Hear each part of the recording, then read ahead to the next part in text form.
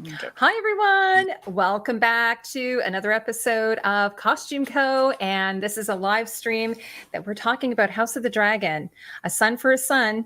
There will be spoilers on this episode. So just warning you ahead of time. And maybe what we'll do, what we did last time, Rebecca, although I don't think we got to it, we'll just, if there's any book spoilers, we can leave that like to later in the live stream in case people want to leave. But anyway, before we get going and talking about the episode, which is so exciting, I just want to introduce my panel. Alicia's just getting a bevy, so I'll do her last. But why don't I start with Rebecca? She's the one with the lovely fuchsia. What color is that? It's pink. Pink. Yeah. She's Team Pink. I am Team Pink. Yeah. So Rebecca, tell everybody about yourself. Who you Hi, are. I think they know you. But... Hi, everyone. Shadowcat Bex here.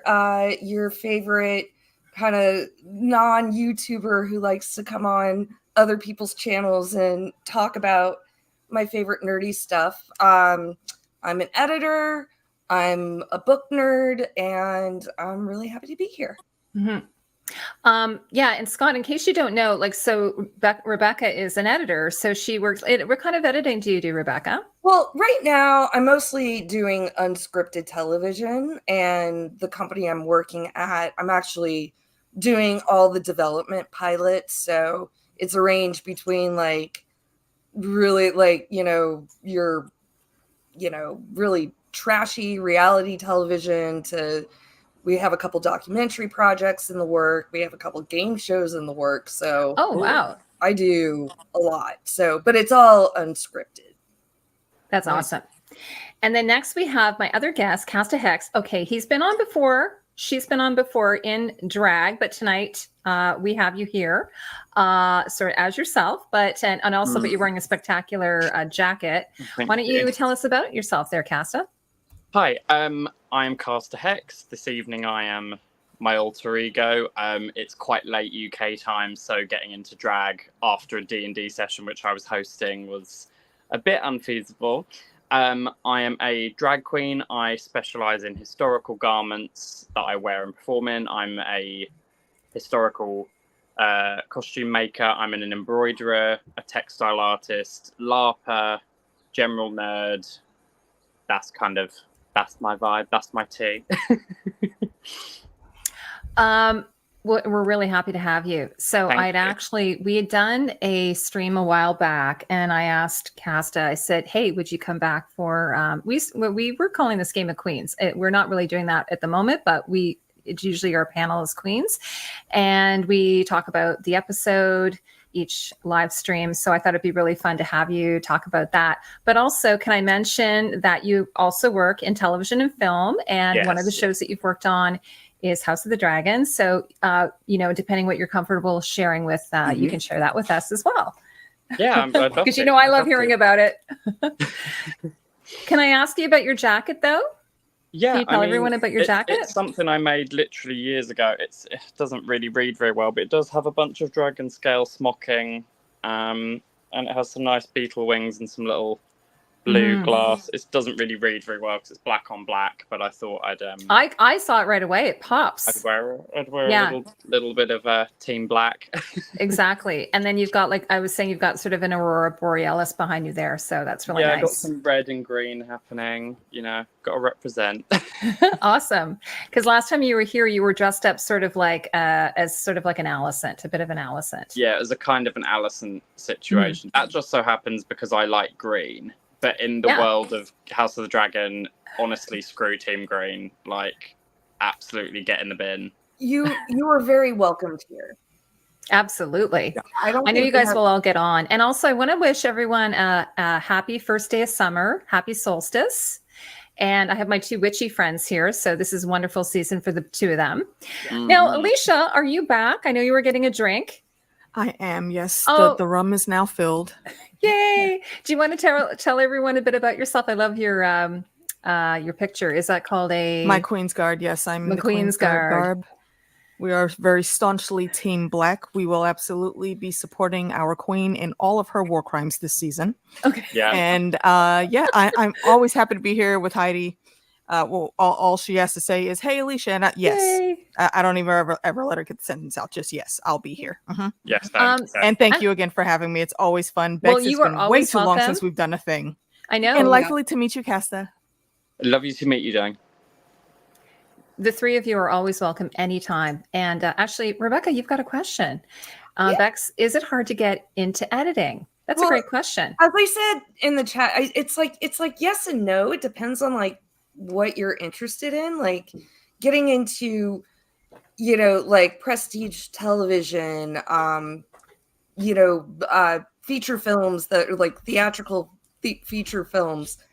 That takes a long time, and like there are various ways that you can get into it. But actually, I mean, to get into editing, like there's loads of software out there now that are accessible for people, and as long as you know somebody or you yourself like make something like and you learn the software and you sit, you're an editor, so to speak. I mean, it takes it's more involved than just like having the software, but it's there, and like to do like branded content, to do web stuff, like that's I think fairly easy to get into, but it kind of depends on the market, where you're at, et cetera, et cetera.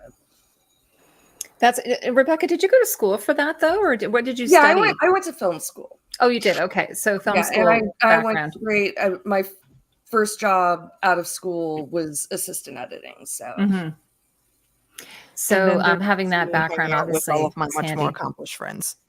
What are you talking about? Okay, so we're here to talk about House of the Dragon. We are in season 2. We had the first episode of the season. Actually, Bex and I were talking, maybe we'll touch on this a little bit later, but we were talking about the darkness and how apparently they've brightened it a little bit.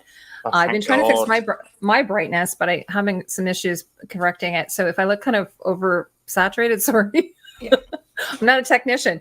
But anyway, but what I thought we could do is maybe just go around the panel and ask everyone for their first impressions of the show, just like a general thoughts on that.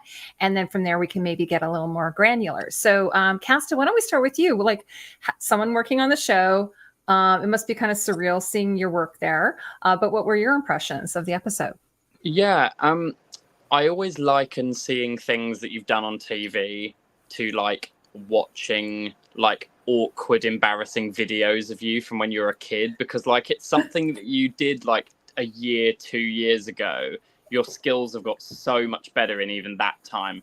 So you watch things and you're like, especially like I've just been watching season 3 of Bridgerton, which I did a bit on, and I was like, oh god, that thing, oh god. Like House of the Dragon is obviously much more detailed and everything is exquisite. So it's a bit less embarrassing. Still very surreal. Having been a big fan of Game of Thrones, and that was one of the reasons I wanted to get into costume in the first place. So being a part of this world is incredible. I was pleasantly surprised with the first episode. The grade and the light looks so much better. The fact that we can see things now is great. Being that TV is a visual medium. Yeah, I'm very, very, very much excited to see all of Team Green eat utter shit this season, frankly. Like, as far as I'm concerned, like, spoiler alert, as far as I'm concerned, that little, like, blonde albino child, like, honestly, I'm sorry, sucks to suck, doesn't it? Like, your collateral damage, I'm sorry. Are you talking about Jaharis, the 6-year-old? Yeah, absolutely. I'm child. Sorry. Absolutely, I'm sorry. It's you weren't responsible. You're not wrong. You weren't responsible, but you are cannon fodder. I'm sorry. Yeah. Yeah, sucks to suck, as we say in England. Not the albino child. Hopefully, this isn't offensive to albinos, by the way. No, you know what? My son used to go to school with a child in his class, and him and 2 of his siblings were albino. It's not because it's genetic. Isn't that crazy? And actually, one of them was a twin. So the one twin was albino, and the other one wasn't. So it was really interesting. So what about you, Alicia? I'm sure you have some thoughts. First thoughts. We love the episode. Actually, just shameless plug. You can watch me and my cousins geek out about it because we did a watch along. I liked where they were going. I think everything as of right now is pretty decently paced. I think I may have had a few gripes, but we can get into it as we go through the episode. For the most part, though, yeah, I'm here for all of this, and again, I will absolutely be cheering my queen on, and toxic Uncle Daddy Day Day, and all of the war crimes that they participate in this season. Yes. Hi, hey, Meeks. Meeks. Hi, Our friend Meeks is here too. I'm sure she has many thoughts. What about you, Rebecca? What did you think of the episode? So I thoroughly enjoyed the episode.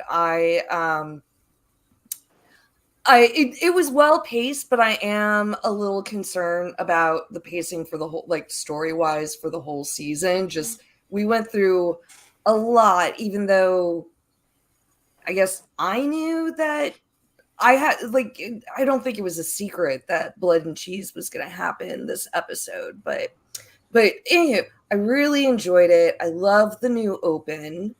So I was wrong about two things. Oh, I was wrong. We did not see Lady Jane from the Eyrie. She was alluded to, though. She's alluded to, and she's cast, so we're going to see her at some point this season. Here's a picture of her. And I was wrong about our Captain Nice Guy Incel and his relationship with Alicent, but we'll get into it. I would firmly like to say that I was not wrong. I told everybody in season 1 that he was clapping those cheeks, and so many people did not believe me. In our last episode. Not everyone. They weren't in season 1. Ryan Condal confirmed that this is a new development. New development? It did. The way they played it didn't seem new. I think it was inferred. I think it was inferred from context.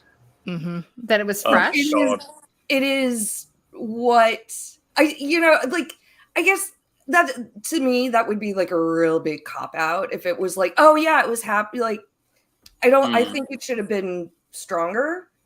I can see her stringing him along all of season 1, but Ryan Condal said that this is a new development. Viserys has only been dead like 10 days in like the show timeline, so exactly. That's what I'm saying. It seems a little bit sus for it to just now be happening. I don't know. I think Alicent knows how to keep useful people on the hook. I think she's learned that early on. Yeah, that. And like she's had the OnlyFans medieval edition. She's got that. And she like uses her. She's one of those annoying character types that I fucking hate. Sorry, where they pretend to be holier than thou, all about God, all about innocence, all about family, all of this, and the entire time they're getting up to like the dodgiest stuff, but also in a way that isn't like taking agency. Like she's not like, this is who I am, I'm manipulating these people, which I respect. Like at least Otto von Bismarck, who's like fluttering around trying to manipulate stuff, at least he is like, I'm kind of bad, this is all about me. I respect that. But when someone is like, oh, we lost him. Oh, no. Oh, look, Team Green put a squash on that real there quick. He is. Yeah, Alicent came through like, bitch, you gonna stop talking about me. We lost you. There you are. It's okay. It's just a moment. No, she can. He got excited and muted himself. No, she can get it, but not with the person that's been like the linchpin of like her relationship with her childhood friend breaking down. Like exactly. Like, and who killed the only gay in the show, like brutally in the middle of a dinner party. Like, I'm sorry, I got to stand up for my kids. They are both. I feel like they're both on Rhaenyra's league of evil exes. That's what I coined them. Like, you're mad at the person that she was with, but now you're boning the person that you were mad at her for being with. I know, I can't stand it. It's so annoying. Like, come on, girl. It's so hypocritical. And Kristen Cole, honestly, I can't wait for him to get like brutally ripped apart. I can't stand him. Crispy. I refuse to say Krispy his Kreme. name correctly ever Yeah, again. I got in trouble for that. I told you guys so. And when I said that on social media, I called him Krispy Kreme, and someone said I'm like one of those teachers at school that dresses up like the students to try to be cool. Like I wear my hat That's- backwards, and I'm like, Tell "Yo, that what's person up, I said to kids?" go or eat a bag something of like dicks. that. That's incorrect because I was like 15 when the original Game of Thrones was on, and I was calling bran flakes the entire. Oh, I love that. That's so fun. The entire show. And when he got so funny. crowned, I was so angry about it. Yeah. Oh, yeah. No, absolutely. Okay, but before we move on to any of the plot points, I just want to ask all of you, especially Casta, I'm kind of interested in your thoughts. What did you all think of the opening? Obviously, the music is amazing. Ramen is it Ramen? Ramin? His music is stunning. But what did you think of the opening, the new open? Who wants to go? Hi, Vincent. You go ahead. You go ahead. I thought it was great. I think the original show was like that whole like clockwork cog kind of battle map situation, which I did like a lot. And then it goes into like the burning metal of the crowns and that sort of vaguely time turner like situation, wasn't it? Mm-hmm. And then I believe season one like painting a battle map. I forget. It was kind of like following along, like was it Rebecca? Was like Rivers of Blood. Rivers of Blood. Yeah, it was Rivers of Liquid, wasn't it? Yeah. Like connecting the family tree. Yeah, I was mapping the family tree. But yeah, personally, I found it kind of confusing. I didn't know what was going on half the time. This one, anyway. So you guys go ahead. So I thought it was great. Especially as it seems like a lot of characters are embroidering and doing tapestry actively a lot. I think it's it almost feels to me like Helena's doing it. I don't know. I know it's obviously not that specific, but yeah, I thought it looked great. I thought the animation was pretty slick and tight. Yeah, I think it's great. I think it's a nice, as a textile artist, I think it's fabulous. Rebecca, what about you? I loved it. It is such an improvement from last year's or season one's open. You know, it's telling. I'm interested to see like how much they add and subtract to it, because right now it's basically like the history of the Targaryens, like, you know, from the Doom of Valyria coming over here, Aegon's conquest. There was Jaehaerys and good Queen Alicent, and then Jaehaerys as an older man at the council that decided Viserys over Rhaenys to Aegon, and you know, it was just like, so it's going to be interesting to see like how they add and subtract to it, if they do. I suspect they will, because they usually do that every episode. Game of Thrones did that every episode. There was something slightly different there. Yeah. So maybe they might, you know, allude to like, you know, blood and cheese in the next episode. Yeah, like what happened. Yeah, that would be interesting. Now, what about you, Alicia? What did you think? Did you like last year's? Do you prefer this year's? I liked last year's. I just wish they would have done it a little better, because I think one of the biggest problems with the outside of the lighting was they would zip past everything too quickly for people to actually really recognize what's going on. Whereas in the original series, you would spend a little bit of time with the page opening up on how the cogs and everything were spinning. So you knew where you were. You knew like who was going to be involved in that episode. So I like what they did here better. The tapestry looks really, really good. I'm contemplating maybe doing a video on just that at some point.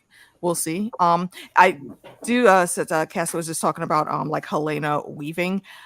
Meeks actually pointed out something that she had found from someone else earlier in that scene where she's talking about her fear of the rats and whatnots. She's sewing, and we're pretty sure it's going to be she was sewing and preparing already for her son's death, for her son's funeral. Yeah, I heard that as well. But I couldn't get a picture of it. Now, Cass, do you know offhand, like, would they one of your embroiderers have done her embroidery, or how does that work normally? I remember there was talk about what she was going to do, but I'm actually pretty sure that the actress did pick up some embroidery for the role. That's so cool. That's cool. I believe there was discussion about someone in our department doing a hoop that was half done for her to play with. But from what I remember, she had picked it up, and we didn't hear anything about it. So it could have been that someone whipped something up, but I didn't see that. Mm-hmm. So it's possible that she did something. Or it was a prop from a pre-existing show. Well, because I'm wondering, because I love that sort of through line as well, because we have that with Sansa in Game of Thrones, right? Like, so Sansa at the very beginning is an excellent embroiderer, talented seamstress, and whereas Arya's not. And then throughout the whole show, we have that through line. And at the end, her, even though obviously Michelle made her outfit, the idea is that she's probably made that for herself, right? And she made John's cape and everything. So I love that idea. I wonder actually if Sophie Turner did some of her own embroidery as well. I don't know if you know. I don't know. I don't know about that one. Well, I'm gonna send you off, Casta, to try and find that out for me. Okay. You're going on a secret mission. Just Mintel. No, I'm kidding. I'm just teasing you. I'll send some ravens. Thank you. Okay, so while we're talking about this, I have a couple of things I want to talk about. So one, and again, I saw this on an explainer video, that some of the walls have Helena's. I know Rebecca and Alicia, you guys are book readers, so you probably can explain this better, but her illustrations are on the walls and some of her prophetic dreams. But Casta, I want to ask you about this. One thing I was looking at is her dress, at least in the next episode. It kind of reminds me of her drawings on the wall. So I don't know if there's any connection there, or if I'm just like, I'm not sure. I mean, often production design and costume design will work together in ways to add a sort of parity between things, or like foreshadow stuff. But again, I don't know about that one. Rebecca, do you want to talk a little bit about her drawings on the walls, or are you aware of that? I mean, I've heard that. The problem with, like, in the books, she's not really like a fleshed It's not out that specific. character. Oh, okay. Yeah, no, like, because honestly, like, I went through like the whole of Blood and Cheese the other night. The blood and cheese incident is literally like 2 pages. It's like 2 pages. Yeah. For the record, what book is this? Because I've read the core Game of Fire Thrones and Blood. series. Fire and Blood. Yeah. They might have alluded it to in other books, though, right? I mean, Helaena. Not really. I don't remember. I mean, was Blood and Cheese alluded to? Blood and Cheese, they are in there. But like the whole of what we're seeing in the show, like the whole over arc of the Dance of Dragons, is a very small portion of Fire and Blood as a whole. Yeah. So and Helaena, there's no hints of her being a dreamer or anything. So that's one of the things that I really like what they did with her character on the show, because she's not really given a whole lot to do in the story. Yeah. So that's really show specific, then, not necessarily book. I feel like the characters that are given a little bit of dimension are Alicent, Rhaenyra, and Daemon, Aegon. Daemon's Crispy also. Yeah. We called him Matt Damon at work because his call That's sheet, awesome. Because everyone's call sheet just says the actor's first name and then their character's name. So I got there on like day one. Like Matt Smith. And that works out so nicely. I got there and was like, wait, Matt Damon's on this. And then everyone was like, no. So then for the rest of the entire shoot, I was calling him Matt Damon, but specifically in the voice from Team America. I was going to say Matt Damon. Matt Damon. I still just call him the Doctor. That's so funny. I love it. The Doctor. I find it interesting, like, because I'm mostly familiar with him from The Crown, and like the prince that is playing second fiddle to his queen wife, with like a fair amount of resentment. It's like, that's crazy. Hey, By the way, I've got Cass, I think you saw this. I posted on my Instagram that I watched last night in Soho. Oh my gosh, you guys. Anybody watching this, you have to watch it. Matt Smith is fab. Well, the whole movie is great. He's brilliant in everything. He's brilliant in everything. He is. There were so many people that were worried about him playing Daemon Targaryen. I was one of them. I was one of them. I admit to it. I wasn't sure. I knew he was going to be good. He's amazing. I say I apologize when I make a mistake. To be fair, I think a lot of the trepidation was like the original wigs. I think that was what people were having issues with. They were horrid. They were really not great. Yeah. I think it was a wig issue. And it's funny too because I was like his eyebrows too. Like I don't know if they've like bleached his eyebrows, so it sort of sometimes makes him a little bit like otherworldly looking. I think he has like blonde eyebrows to start. I don't think he has like pronounced eyebrows. Like I think they're just like really light. See, I find him to be otherworldly looking. He is, he is in real life. To be fair. Hi, Lorelai. I think one complaint about him was that he wasn't going to be like this like big burly warrior guy, and it's like, but that was it, and that's never who Daemon was. No, he's about dragon riding. It's also not who the Targaryens are. Yeah, I mean, with some exceptions, but they all seem quite elven-y and lithe and about speed and delicacy rather than like brute force. Right. Weird. So while we're talking about like Helaena in the chamber and her saying, she's afraid of the rats and everything, what did you think of the scene? They were talking about there's a little bit of levity in this episode. So when Aegon walks in and he's like, where's Jaharis? I'm going to bring him to, bring your kid to school to work come day. And bother the Lannister for like 3 hours. Exactly. That was so funny. But didn't you? I thought the actor who plays Aegon, I think he did an amazing job. What did you all think of him? He's brilliant. He's a bit yummy as well, isn't he? He is absolutely. All the guys in this season are very yummy. For sure. So I'm happy with basically everyone. Yeah, he actually was asking me about his wig, and I said, well, I think that, like, I don't know about the wigs, but I think, it kind of distinguishes him from Aemond and Daemon. Like he's got sort of a shoulder length, more like his dad, and honestly, in real life, I think he's much more attractive. That wig maybe isn't the most flattering on him, but I think it's a decent wig. I don't know what you guys think. The wigs are great. To be honest, I think it's a makeup thing. I think they're making everyone this season, because of just all the trauma, look very drawn and sallow and wan, and everyone's got a kind of yellowish grey tint and like bruised contour. So I think it's a makeup thing. When you've already got bleached brows, pale skin, bleached hair, you've got nothing to break it all up. So everyone does look a bit weirder. Yeah, and I think even last season they made it even worse. Like it looked like he had always had like seriously dark circles, but this season I think he looked a bit more handsome, maybe because he's feeling optimistic or something, at least at the beginning of the episode. But anyway, I thought he was great. For that scene, I don't like Aegon, but credit where credit's due. He's trying to think a little better than his dad did.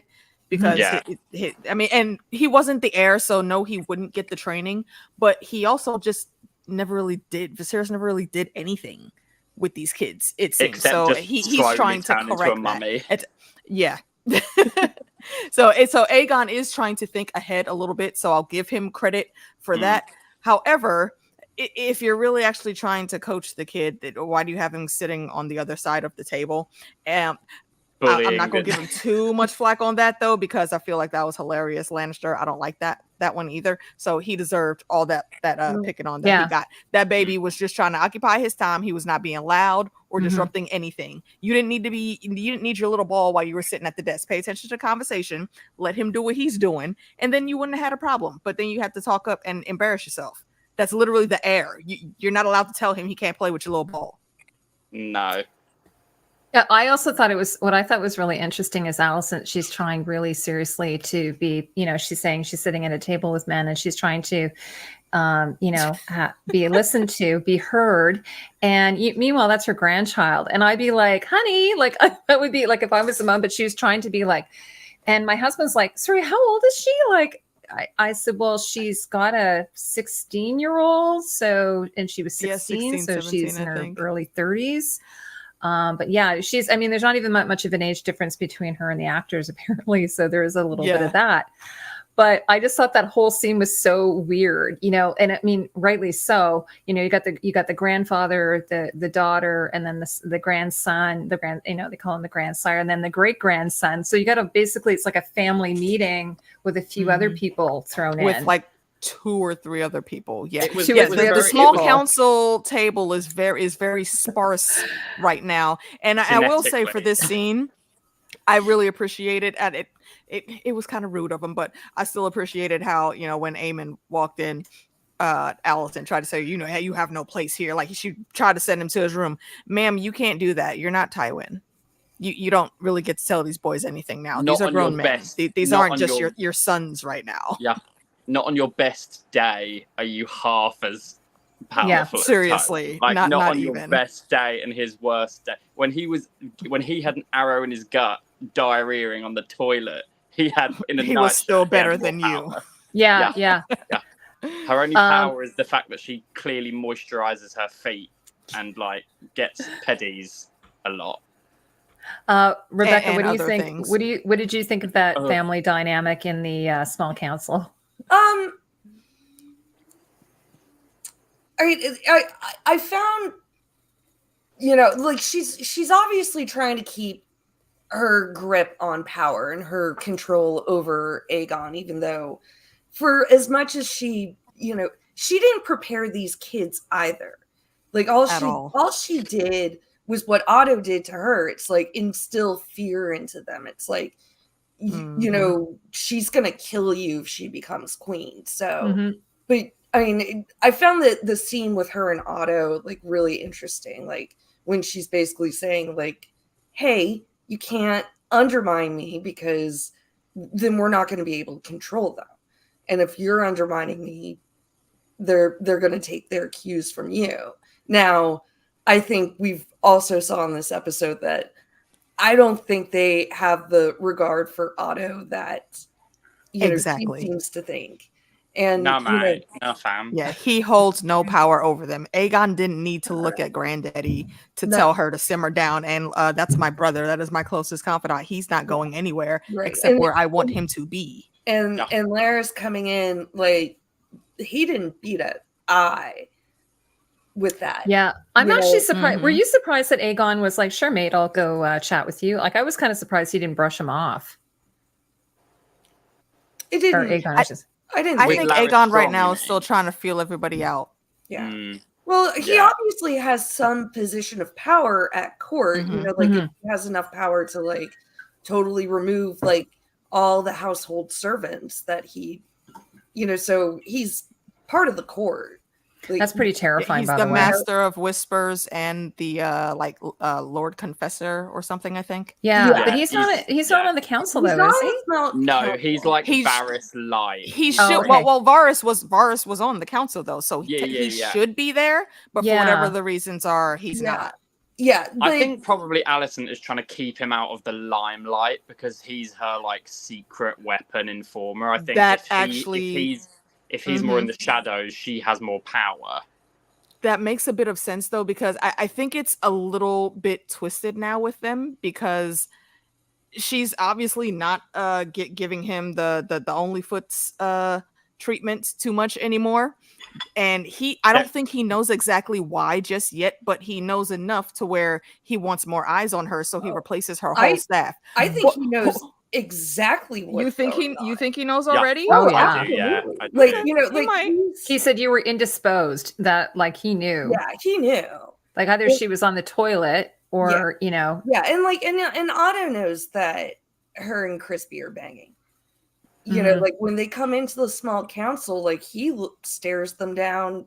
He stares both of them down. When they came in, Well, when they came in, Crispy was virtually zipping his fly back up. Yeah, like, exactly. Yeah, he was. Very much the energy. He hadn't of, even like wiped all like, of her, oh. you know, all her juices off his fucking face. Like, Yeah. you know, Honestly, By the way, I have to tell you- I can't. came I in can't. floppy. He came in floppy. Kev on stage had one of the best lines. He was doing like the little voice, like, "Dost thou go into the small council with thine coochie upon thy beard?" I lost it in my office listening to him. Hi, Leanne. Oh, I can't. was going to say, by the way, I don't know if you guys read this, but apparently Olivia, sorry, I was going to say Coleman, Olivia Cook. She told the like one of the like the interviewers that to make sure to ask Fabian Frankel about that scene where he's under her dress, and apparently she had a merkin. I wanted to mention it in my video, but I didn't have enough time. But basically, they made her like a curly ginger merkin. Look real. I don't know why And they makes needed to go to sense. that. I don't effort. even You know do why not they see any needed of it, because maybe You do they not- thought like he might have it like the skirts up above her, up above or something, but he was kind of under it, like like he was taking a photograph. People And, are like, far the too old-time- technical like- nowadays. They Yes. knew that nerds like us would be watching, like, oh, he ain't really doing that. Yeah. Yeah. They needed to make that look as real as possible. So we lost. Oh, here he is. Oh, there he is. I would have had. I'm a gold star gay. I'd have had no idea what's going on. Yeah. Ah. So anyway, because I was just like, so in the car on the way home tonight, I said to my husband, couldn't they have just put like some new knickers on her, and maybe like just even with a Sharpie drawn. She said, "Draw him with a Sharpie." With a Sharpie, just drawn some like orangey pubes. But anyway, so I just thought that was sort of, it seemed a little bit excessive, like unnecessary. So anyway, I don't know. I guess they We had just the were planning budget, for We anything. don't know like what all like the actual, like when they shot the scene. Like Yeah. So anyway, you know, apparently Fabian Frankel was completely devastated when they asked him about it. He was just like, "Oh my God," She was laughing so hard though. So what did you guys think of that scene? Like that's I guess it sort of tells the story. Mhm. I just felt vindicated. Mhm. Yes, I know you did. No one wanted to believe me that they would be doing things. I will die on the hill that they didn't start doing it until Lucerys died. I think he was hitting it that night that she saved them from committing seppuku. Same. Yeah. I personally, one thing I kind of disagreed with that I read on Twitter is that they thought that she's actually taking advantage of Kristen because she's in a position of power. Although I'm like, she's the dowager. He know what he doing. He knows what he's doing. Right? She's not in any position of power to give him a leg up on anything. It feels pretty consensual to me, especially after what he said about her to Aemond. Mm-hmm. Yeah, and also like he's been. I mean, he's not like a lowly like household guard. Like he is. Exactly. He's not like, he's head of the King's Guard. Yeah.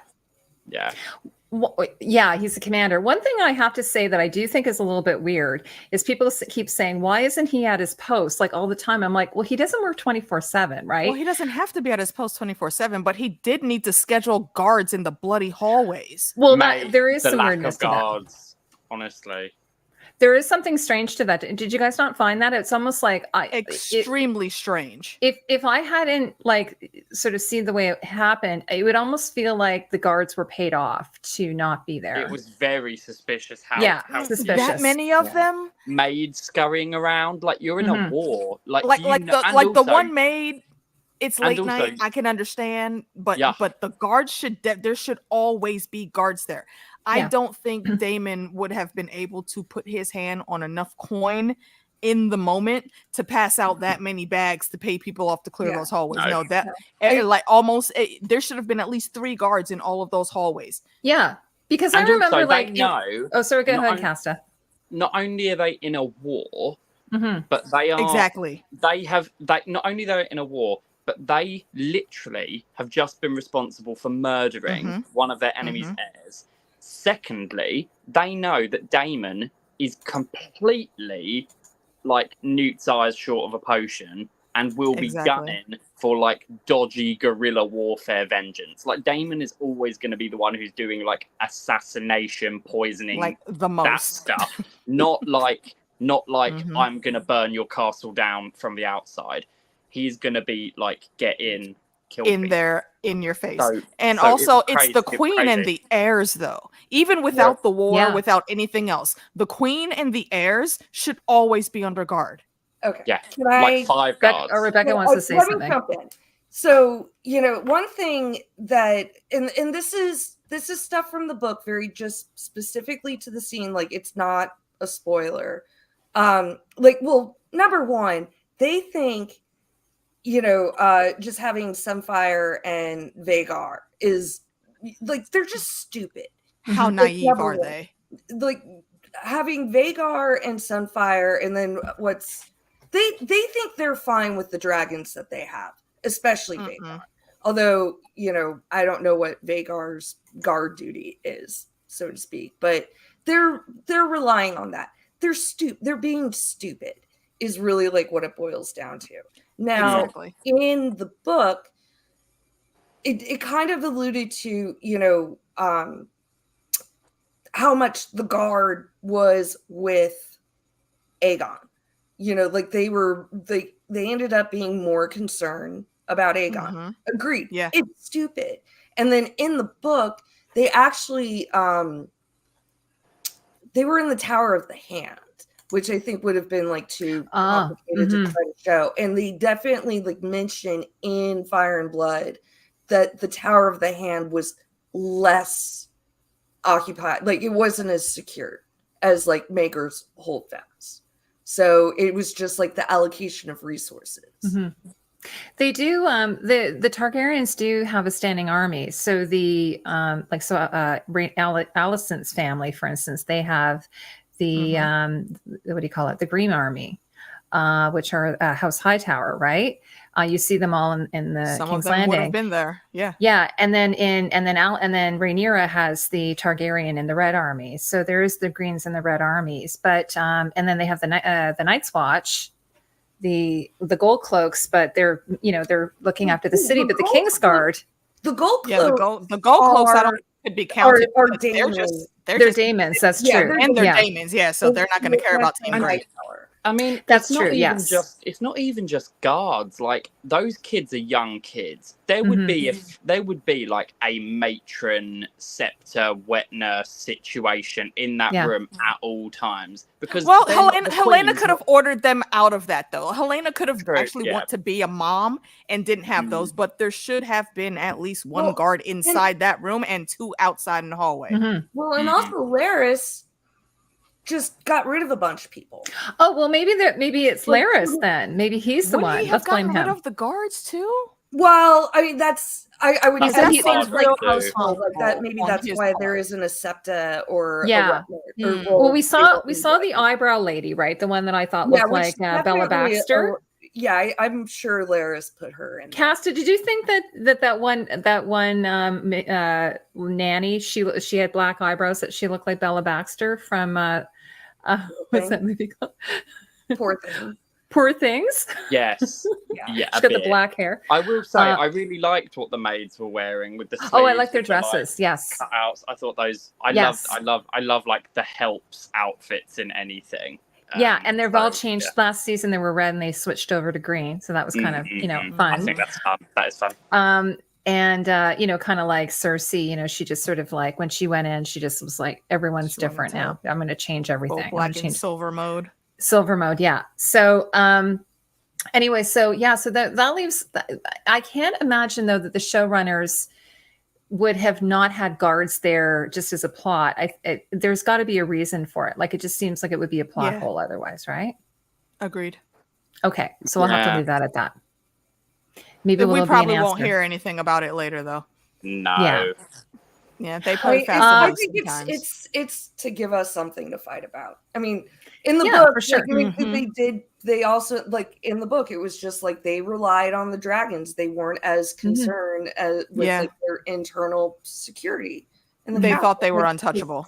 I mean, makes sense. If you've got like 3 nukes, you're not going to be worried about like getting a bunch of like foot soldiers in. I get it. Yeah, and really them but Alicia, you brought up a really good point. Like, you know, like Daemon is not a, you know, like, yeah, he's a warrior, he has a dragon, but it's like, you know, he runs very much like under the radar, and like just them. And he knows all those secret passageways. Yeah. It's funny. It's funny. He reminds me of a Scorpio, like, which is the darker side of feminine, you know, like He poison, probably is. like that type of thing is more of like a woman's sort of assassination thing. He feels like sort of, he's definitely got a bit of a feminine aesthetic, I think. Yeah, no, he's definitely a water sign for sure. Yeah, for sure. Okay. We didn't get to start at the beginning. I know we talked about the intro, but do you guys want to talk about Creek and Stark a bit, like about the North? Yeah. It was nice seeing the North. It was nice. How do you say it? The North. What's that, Casta? The North remembers. The North remembers. Now, okay, when I first heard the intro, like it was like a voiceover, I thought it was Kit Harington. I thought it was Jace for a second until it got to where he said, like, we have always. I said, okay, wait. Jace wouldn't be saying we have. And I didn't recognize the woods immediately, but what I really should have been doing, I didn't notice it until later, is paying attention to the music, because it is the House Stark theme just slowed down. Oh, I have to but go as soon back as I and saw listen. Winterfell, I knew exactly where I was. I would know that castle anywhere. Casta, what kind of dialect is that? Is it real or is it made up? Yeah. That the northern English accents are like notoriously insanely varied. That accent that all the northern people do is kind of like there's like 3 towns in England sort of up north that speak like that. Literally, they are the north of England. And in And in England as a real country, there is this weird divide, like how it is in Game of Thrones, where everyone from the north is from the north, and to every northerner, people who are from like just below the central line is a weak pansy southerner, and all of the southerners, I'm a southerner, think of the northerners as like cold, hard, brutal mining families, because they are, and they all speak very deeply and stoically. And you know that that is very real world England that is based on. What I've learned Natural's poking fun at me here. Oh, my boyfriend. She's like, Lord Stark was hot, but not as hot as the crab feeder. We can't have everything. That's a joke about me, because last year I was going on about how hot the crab feeder was.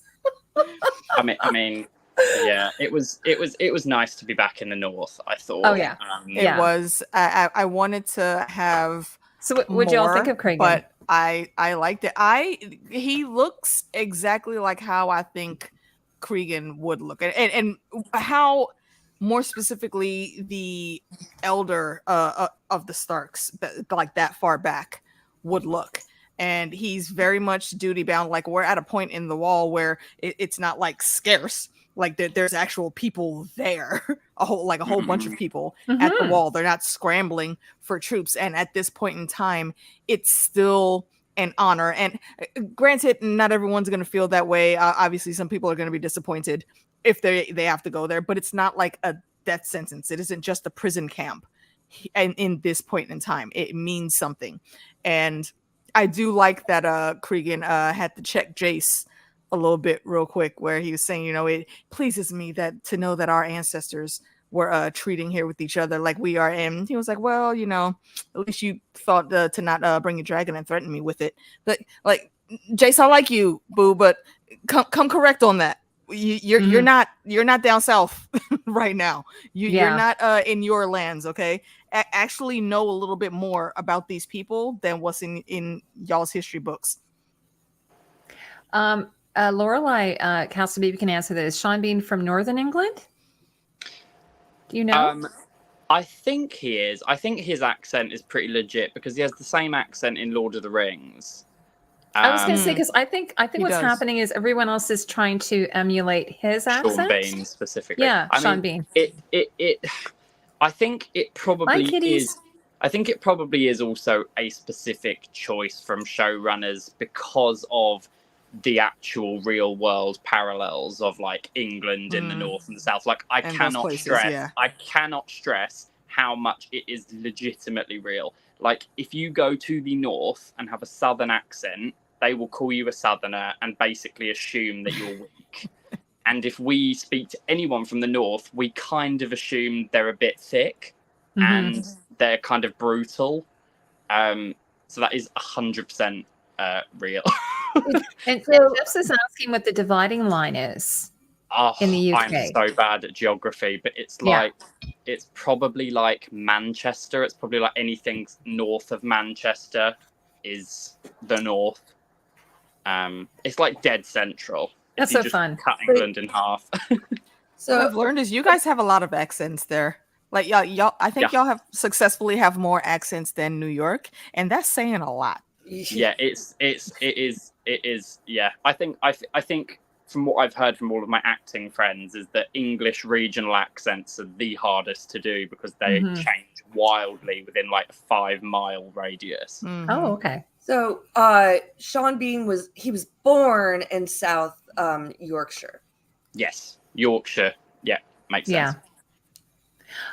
So for that scene, by the way, is this book canon or is this just something for the show where you have to pull out a rock and every 10 Starks or volunteers? Technically, it's canon, but the way they visualized it, I think, is different because like every family, including the Starks, did send people to the wall. Yeah, but like was it like a yearly... the numbers? Yeah. But was I don't think they never specified how exactly they did it. So that's what I'm saying. Technically it could have been like that, but they just chose to show us it visually this way. So like in the books, it was just usually like, the sons who are not going to inherit anything, send them up there. But like the way they were talking about in the show was like all like between like the family and the household, like go in and like, they were sending X amount, and then that's how they were picking. That's not book canon. Yeah, that part. That part is not specific to the books. If then why? Well, I guess that's just the Starks, but like they never talked about being that like sending that many people up in the book series. Yeah, there's no quota. There was no quota to fill.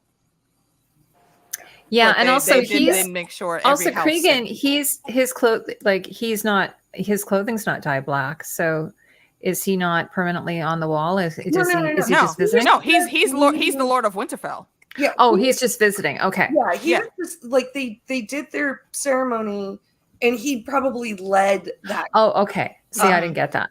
Yeah. Yeah, I'm not that bright. So Jace just happened to land while that was happening. So Cregan was like, "Okay, we can talk, but you got to come with me, and talk on the move." Yeah. What did you all think of Jace? It's funny. I had a problem in my video. I was calling him Jacaerys because I was thinking Dracarys. I don't know what's going on. So Jacaerys. There's too many names. The Targaryen naming scheme. There's too many names. And then you got sometimes you got repeats. Absurd. And anyway, I thought I had it down with Game of Thrones, but now I'm all screwed up again. So what did you guys think of him in this episode? He was first of all, he looks great. Kid was about as big. He is everything that we saw leading up to in season 1. Like, when Daemon came in there trying to swing his dick and commanding people. Excuse me, Uncle Daddy. Mom said that we not supposed to do nothing while she is abed. And she's still in the bed. So I feel like you need to simmer down and listen to the orders that you were given. And he is just even more so now because now he's like empowered. So, he's on this specifically from his queen, from his mom. And even when he gets back home later, he's on business before she gives him like that permission to break down. He doesn't come in saying, "Mom, the ABC, just my queen." Your grace. Yeah. So I love how he's playing that part.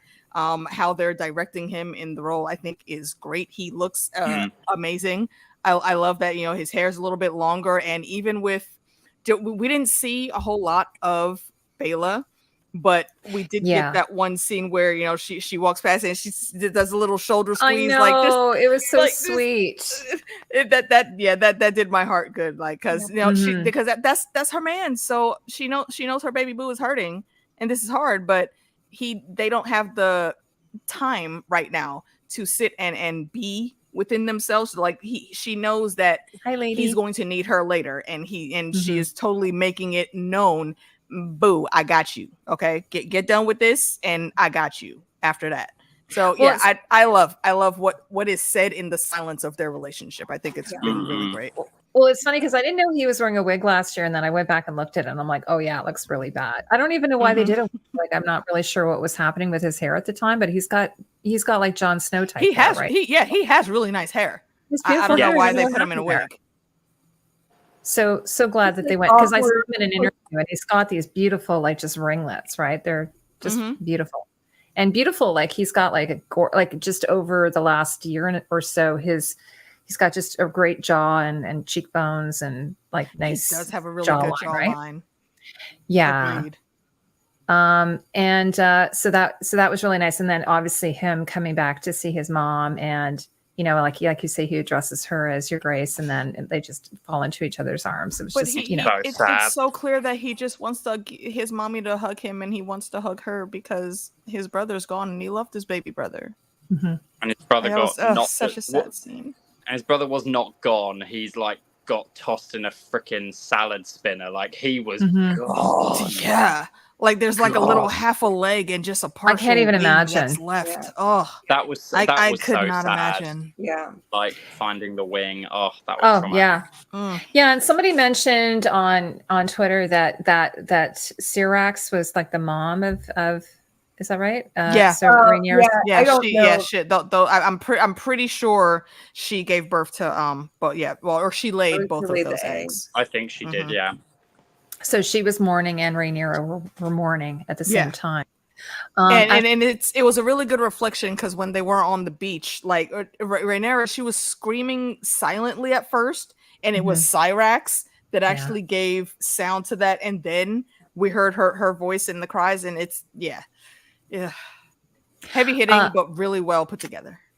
I thought, what did you think of the funeral scene on like they did that before? Like she was crowned on that same spot, I believe, but just with the sunset, and oh my gosh, Casta, like her cape was like blowing in the wind, like it looked like something out of Star Wars. Like she was just like the way she turned around, and her that cape costume was is blowing, very beautiful, and all that gorgeous, you know, beading on her gown, and you could really see it actually when she was hugging Jace. Like it's on the cuffs, it's on the collar, and I think that it was those beetle. I don't know if it was on the beetles that you were telling me about, the little beetle wings. It looked like they were on her. Yeah, it was. Yeah. Just stunning. And that fabric. Do you know what kind of fabric that is?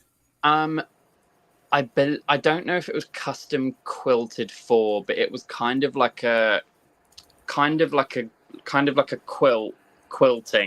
but it was kind of had a ripply. It was still grid. It was still two lines that went across one another, but one sort of went like this kind of motion, and the other one was the opposite direction. And the cutters, who were just incredible, cut the dress so the fabric kind of had this one continuous sort of swirl the whole because you can't really around. It was really zoom in to see the seams. Like it's almost, you can't even see it. Looks like it's just sort of like been spray painted on her, like shh. Because somebody, I think, a lot of the seams were really hidden. That it was maybe quilted.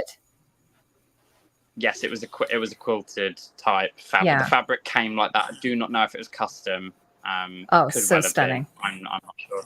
Yeah, you guys know what I'm talking about, right? When Rhaenyra at the funeral, she's wearing that beautiful. It's on the posters too. Yeah. And then Jace is wearing the Targaryen sigil on his jacket, on his coat.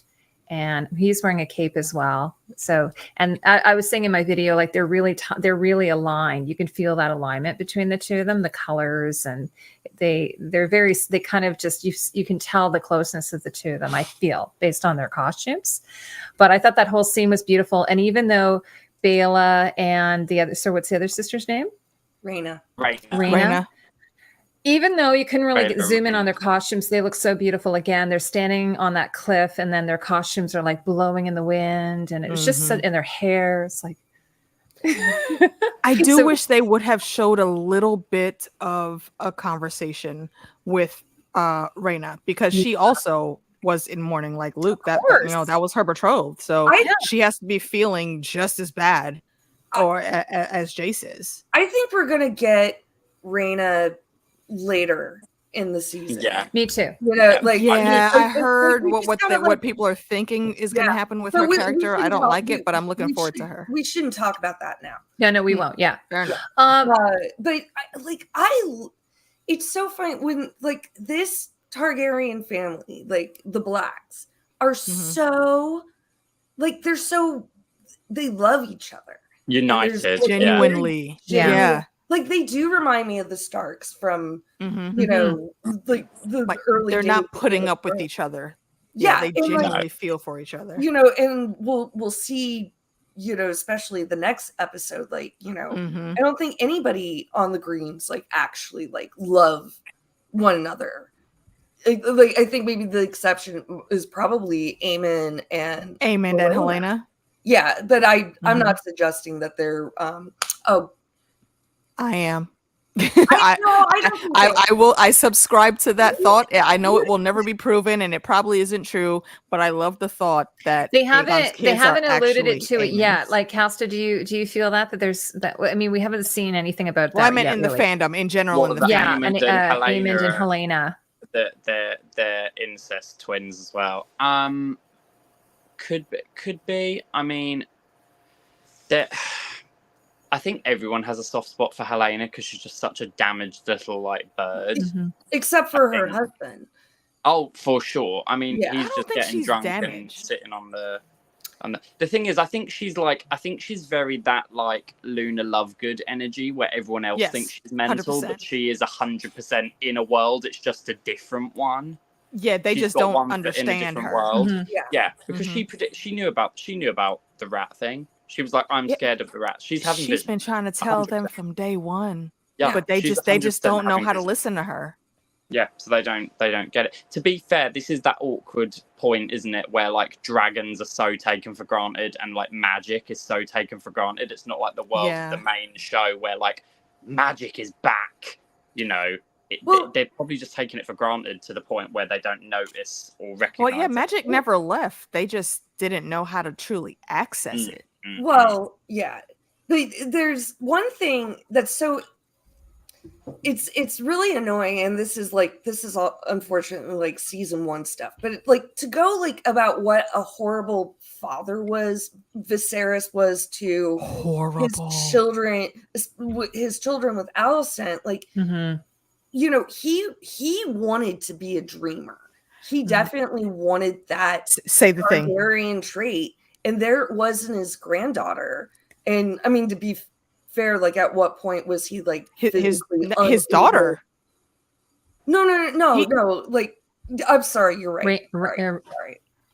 Rhaenyra? Yeah, Oh, like his no, daughter- with Helena. How did he not Right, notice yeah, that? his daughter, yeah. You know what I think it is? I think it's second wife syndrome. Like, you know, when you like, you know, someone is married, has a family, and then they split up or whatever you, and then they get Perhaps if remarried. it was somebody else, I would agree with that. But we saw this with Emma and with Rhaenyra. Like Viserys literally was doing the bare minimum.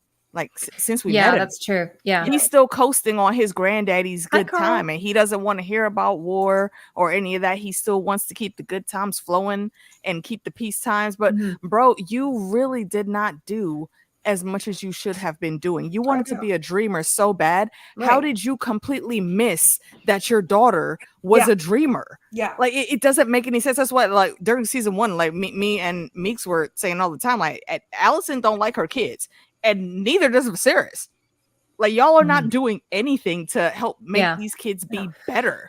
No. Well, I'm just going to put this out there because I have a child with autism, and you know, when I watch her, Helaena, she feels like she has autism, and you know, oftentimes they say, you know, most people know someone with autism. Maybe they might just seem slightly quirky or a little off or what have you. So that's what I kind of got from her, and obviously, people who I don't want to say obviously because every person with autism is different, but they oftentimes are sensitive or they have their passions. So it's possible she just, there's the scenes where she does this with her hands. That's very like, you're overstimulated or you're, you have to do the repeated. You needed some quiet time. So you get making just her feel too much, and she didn't want to be there. So that's so, the only way she could think to really cope with it at the moment. Like, and I think putting her up against as with Luna Lovegood, that's what we were saying in our discussions too. Whenever we talked about Helaena, that's the perfect comparison. And if you know anything about Luna Lovegood is a Ravenclaw. And if you know your Harry Potter lore, Ravenclaw, they're the smart motherfuckers, like the super smart dudes. So that's the same camp that Helaena is in. They just don't know how to properly communicate with her. And I feel like Aemon does, but again, that's fandom lore. So I can't really say that with 100% surety.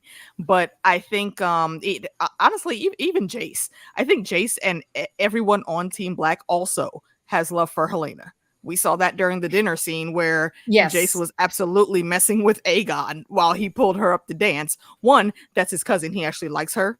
Mm-hmm. And you see his betrothed didn't have no problem with that. Had those roles been reversed, I think Aegon would in a different setting, Aegon would have had something to say about that. But he knew better because Uncle Day was like right over there and he didn't want that smoke. I think that with Viserys, I don't know. I think I was sort of thinking he was sort of thinking is I want a male heir, and then it's sort of then after that, like once he got that, like it was all when he went on the hunt and he's like, oh, it's my name, my heir's name, although he didn't name him heir, but I don't know the whole thing. I don't know. It's very Henry VIII. It's very like I've got Edward, screw Mary and Elizabeth, and just happens, which is why Mary was so messed up in the head. Absolutely. When I rewatched episode 1 of season 1, and there's this really great scene where Viserys' son has died, and his wife has died, and then I guess Daemon is at the brothel on the Silk Road or whatever, and I guess he called him heir for a day, and then I don't think he said that. Well, they don't say that he said it or that he didn't say it, but Viserys accuses him of saying it, and he says because Otto told him that. Yeah, we all grieve in our own way. And then there's this one scene where Daemon says, "You're weak. You're a weak king." And I mean, I think there probably was some kind of truth to that. Like, is he like weak? Maybe he was weak of character. Yeah, I mean, like I think he wanted to be liked in a lot of ways, and I think Aegon has that same thing where he wants people to like him, which is why he's sort of like, "Oh yes, you can have your flock. You can, yes, of course, we'll pay for your scorpion before you start building it." Which literally was the right thing to do, but because Otto is Otto, he came in and threw salt all over the game, and Aegon had to check him. He took one reprimand, but then the second time he said, "Oh no. I think I thought Aegon was doing a good job. I thought it was too, because yes, you can't survive without the small folk. He's right. Well, that's where Cersei fell down. And even when he did heed Otto's counsel, I mean, like, we don't like it, but it probably, was like, you can't get rid of your food source for your dragons. No. Like that. But you also can't call out the king right in open parliament, bro. You just that could have been a concession. You can't do things like that. Of like a quarter of your sheep back, or we will pledge to like give you like new lands on the back end after this is over. Then you'll get it back like twice fold. But give my man's like 5 or 10 sheep back right now and say, hey, we are in war times. This is what we do. That would appease them. Because you can look at their faces when they're going up in that meeting, they don't expect to be getting anything. No, and also like when they were very surprised that he said, "Of course, I'll replenish your flock." And when Otto was like, "Everyone's gonna come," I don't believe that for one second. Because not everyone can get to the palace, and also they don't have like farmer Twitter Like they're not. No, they People don't. in But one the place small are not. folk do talk. Oh, they talk, no, for sure. Yeah. But I don't think everyone's going to be like hear a gossip from a farmer and be It's like, not "Oh, I'll gonna go then." travel very fast. No. Also, I think it what would did you travel guys think? faster. I than we would agree think. with you. What did you think of when the first one who spoke, which of course would be kind of scary, I guess, like, and Aegon was like, "Oh, it's okay. You don't need to be nervous. Just go ahead and speak." What did you think of that?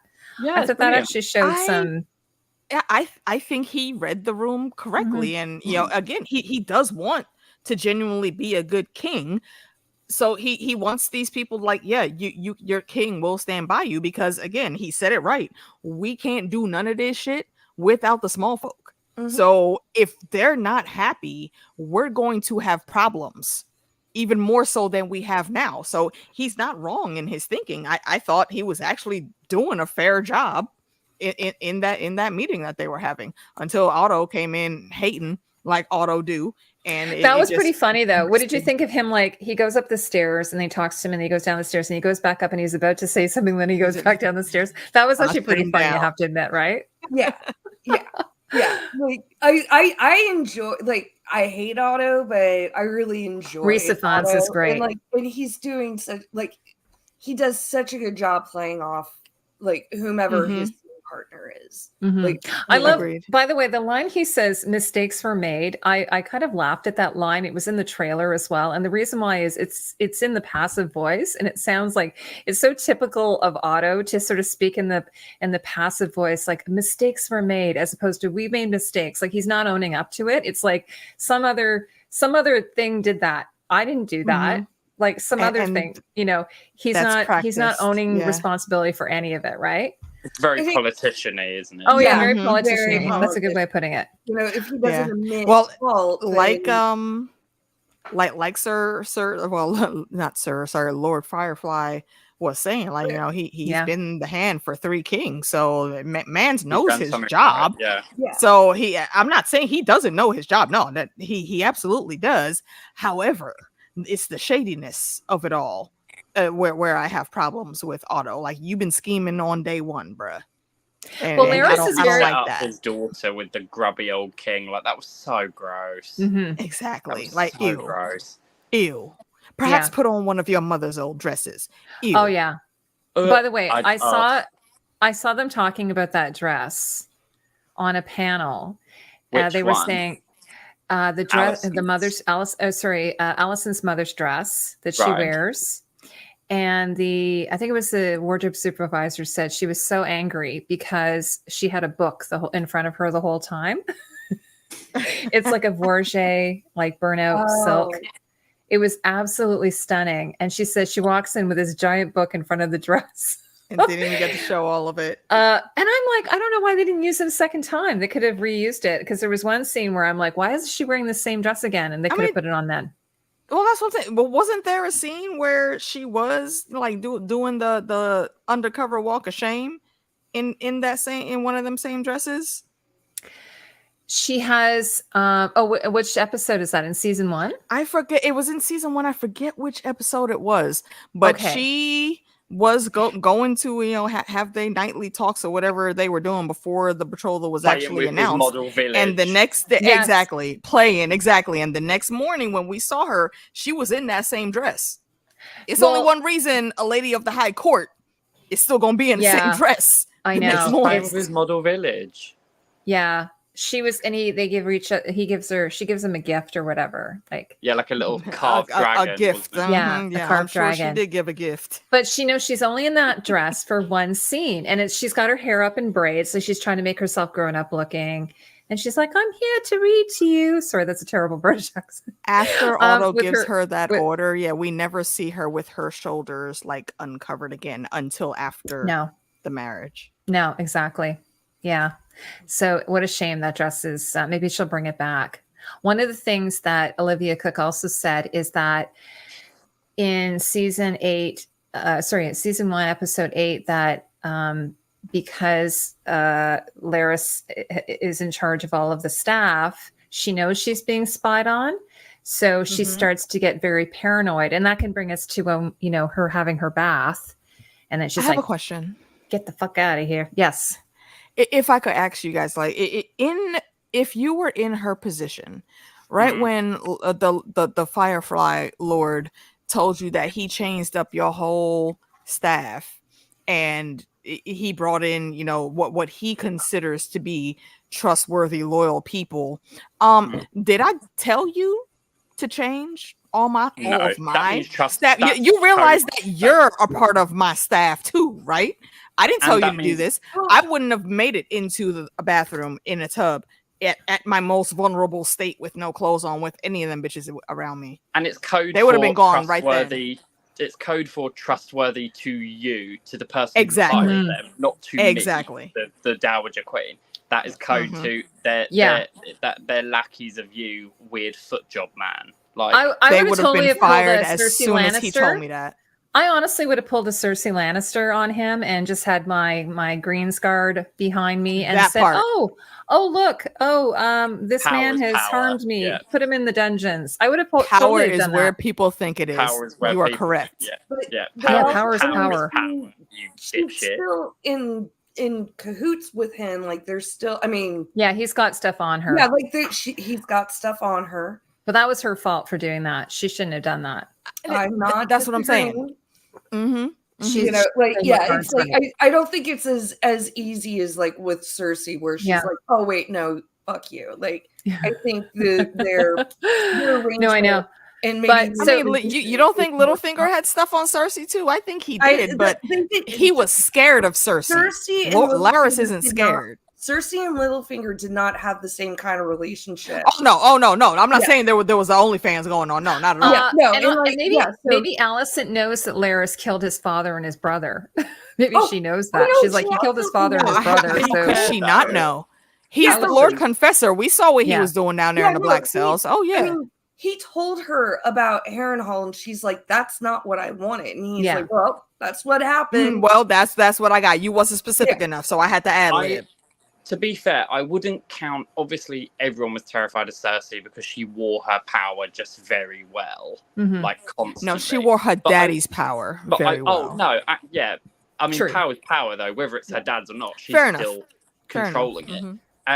But I'm not going to count Alicent out of like fucking Sept of Baelor level insanity yet, because she was pretty insane during that whole like, I'm going to literally cut your child who had nothing to do with its eye out. Like, that was very Killing Lady instead of Nymeria to me.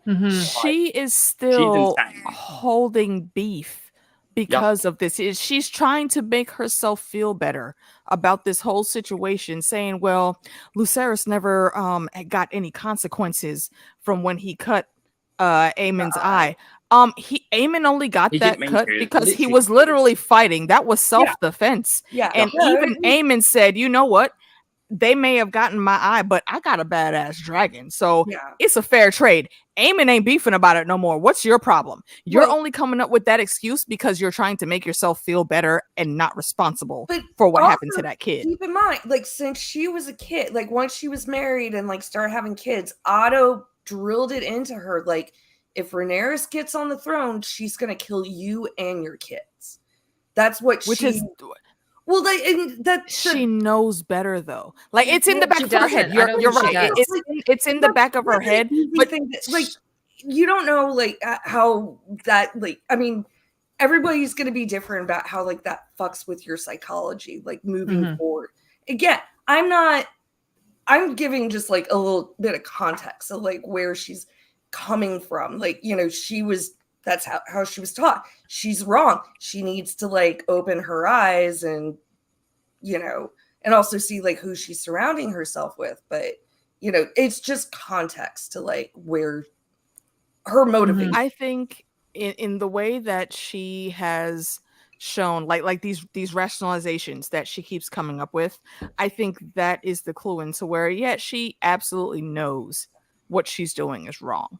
And but she's trying to continue. She's making herself believe her own lie. Oh yeah. At this point, you could tell from when she was praying, and she was praying exactly. And then she mentions Luke. She mentions Luke at the end. Yeah. And it's like, I know from the way, obviously we all know from like the way that was performed, she's not doing that because she legitimately gives a shit. She's doing that because she feels guilty for how it reflects on her, the consequences that are going to happen to her. She's not legitimately remorseful that a kid, literally a child who was going on a like bloody side quest delivery mission, exactly, was killed for no reason. He wasn't fighting. There was no engagement. He was literally there on was side no quest need to deliver a note, and he got the only reason that kid died is because Aemon played too much.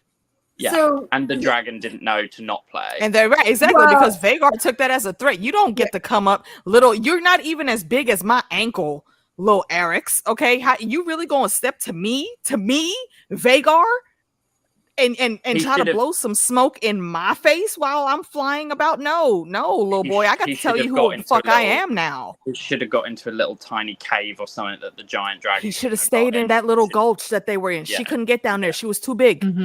Yeah, should have. Eventually, somebody would have came looking for him. They would have found him. Yeah, but Luke.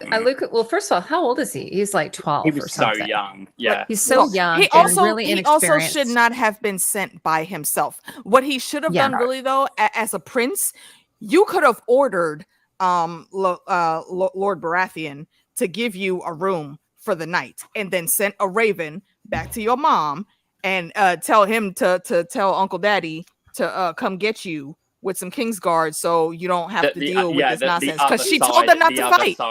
She told them specifically not to fight, so that's reasoning enough.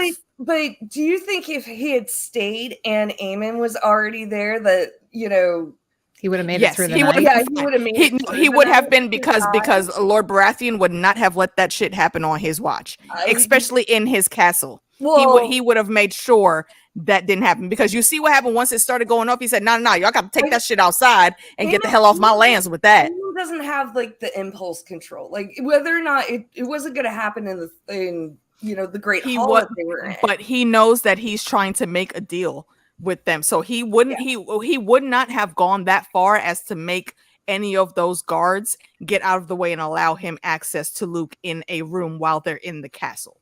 And I don't know. As much as Aemond is clearly not right, his face when his dragon. Oh, he was very surprised. Luke, he was like, "Fuck, this is gonna cause a whole bunch of shit." So I do not think he would have cold-bloodedly killed him if he stayed the night at the Baratheon Keep. That's why I said Aemon just played too much. He was just trying to mess with him. Yeah, he would have. Yeah, he might have. But either way, that still wouldn't have been that bad. Rhaenyra would not be saying, "I want Aemond" in this episode if it was just Luke's eye. But more from like Luke's perspective at that moment, it's like fair enough. Yeah, I'll give you that. It's like I mean, it's kind of like 6 of 1. We never would know, but it's like Luke's perspective in that moment. He gets there. Aemon and Vhagar are there. Boris is already like, well, if you're not going to marry one of my daughters, like, okay, right, like I got a marriage pact with him, like nothing, and he's like, great, I gotta go. And then with the threat, he probably just wanted to get home. He probably just wanted to, just like get away. Definitely. Well, yeah, because he knows he's out of his depth and he's trying to get gone. But again, I don't think he should have sent him alone. Oh no. He should not have been sent alone, which is really sad. Yeah, poor Luke. I mean, Jace going alone.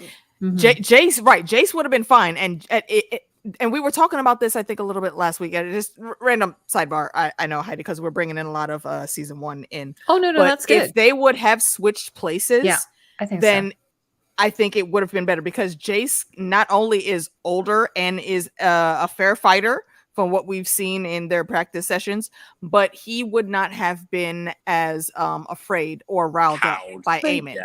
And honestly, I don't think Aemon would have even tried to test Jace in this same way. But the rationale at the time was because Storm's End is so close to Dragonstone. It's right, and that's Auntie Nisi's house. So they thought, because Auntie Nisi is on Team Black, and House Baratheon is already supposed to be with Team Black. They've already made that pledge. Yeah. That's what they were banking on, that being the easiest thing. But had the roles been switched, then I think Luke would still have been alive. But Luke flying all the way to the north is just. But going all the way to the north, that would have been a lot. No, for like him. Maybe Rainy should have gone to. That's who should have Rainy exactly. See, she was going to the gullet. She was going on patrol, she was doing, which I get. Stuff, but it's but it would have been it would have worked out a little bit better. We could have spared a day or two for her to go and talk to her cousin and bring him, all the way together. Because Antonisi would have got his ass all the way together. I think we can all agree on that. The other thing is, it wouldn't have been no problem. I think it kind of shows also that these young riders that, the dragons themselves have their own, sometimes they can't be controlled and they're going to do whatever they're going to do. Oh, yeah. So it's just going in and chomping on another. So, it's sometimes like, of course, because someone's saying, do you agree it's an accident? And I think it is. I mean, it was an accident. I think that Aemon Aemon was taunting him, but he never meant for him to kill him, obviously, right? But agree. It's just kind of like goes to like Aemon does not have impulse control. Like when he got on Vhagar, he did sign Luke's death sentence. Yeah, because Vhagar was reading his feelings. And then she started taking it personally. Yeah, but so it doesn't really matter like whether or not like it was an accident. Like his initial like on the dragon was the thing, like it's done. And like so it might not have been his fault. It was all his fault. And like what was the angle? Like exactly. It was just to make him shit his pants and then go home. That was it. That was it. Because Aemon played too much. I think Aemon got on real quick. I just don't think he. No, it was like thought out one way or another. Like no. I totally agree. Agree. Yeah, it definitely was an accident because it's on Aemon though because Aemon played too much. No, Aemon was a teenager. Luke wasn't there yet. Shout out to Fandom D Saint. Hi, Fandom. I did actually just miss the wrap up of the Bad Batch that we were doing, but we started a little too late, and I wanted to come in and jump in. Think about it though, like it's like someone getting their driver's license. I could when I was in driver's ed, and then getting into a drag race right at the day after. Yeah, I was watching this video about like some 16-year-old who just got a car, and the stuff that they got it caught on like a webcam, like a cam or whatever in the car, and the bullshit they were pulling. And it sort of reminds me of that, like you have these teenagers. I mean, I don't know how old Aemon is, but he's probably like 18, 19 or something. No, I don't even want to say that old. I want to maybe not that old. 17. He's around Jace's age, isn't he? Oh, okay. So they're like 16, 17. I think he's only about 17. I think 17. I mean, the actors I think are older, but they're playing younger, right? Yeah, and correct. It's I don't think we should ever get too like hung up on like the ages because I think they're playing fast and loose with it in the story. Yeah, for sure. They're purposely going into the unreliable narrators for the book and how that story, how biased that story was told for more so Team Green. Yeah. But yeah, like Aemon is probably like 14, 15. Like Luke, which because Luke I think is only like 11 or 12. No, isn't he? Jace is 16 and Luke Jace is around 16. Like 13. I was going to say 14, 12 or 14. I thought Aemon was 14 than Luke. And then the little one is probably but they're all the same age. That's the thing. They're still in the same age range, right? Yeah. You know what? I promise for next week I'll go through and try to figure out the birthdays. Don't do it. It's going to take you far more time than you want to. Oh, I mean, figuring that out is only going to take a few minutes. Actually, I can do it right now. Well, what I think we touched on a little bit. So, what did you think of this scene? I thought it was pretty interesting. The scene with Sir Kristen Cole and Aemon. Speaking of Aemon, and the two of them sitting together and kind of conspiring, and him saying that his mother like they know is what's going on to me. Like they seem like they both like had a grip on it better than. They seem like more men on the ground. They can see the real of it more. Yeah. They see the reality of war rather than the obscure, like these are pieces on a board. I thought it was good. It's a good conversation for Crispy to be in because out of like the three of them, Aegon, Aemon, and him, he's the only one that has actual battle experience. Honestly, I don't even know if Otto has battle experience. He's been a hand for I some doubt kings, it. but Yeah. I don't think he's He ever has actually been armor, on but the field. I think it's just I mean, he's a high lord, so yeah, of course he's Yeah. got armor. Like maybe It's- He like hasn't some, used like, that armor weird- in an actual battle Yeah, like before, maybe I don't some, think. like, weird local skirmish. Yeah. when Some the- random skirmish that you got to go down the block to fix. it Yeah, was that don't when- count. That's when he, autos. when he went to confront Daemon at Dragonstone. Remember Daemon was at Dragonstone? Yeah, exactly. He was shitting himself. When Yeah. He had stood there on no with all the armor guys. and was still in his fine court clothes and was looking at him like he, like basically hiding behind the guards. 'cause I Once don't know if you remember, Caraxes 'cause came the up and said, dragon went "Otto, why you above over here him. talking shit again?" The dragon went above him and he was like, holy fuck, because he's not a Exactly. dragon rider, right? Yeah. So Well, he's not a dragon rider, and no. he's just not a fighter. And That's he's not not Targaryen, his so- MO. And Yeah. poor But- Otto. yeah, But going You back just go up. to Aemon and Kristen.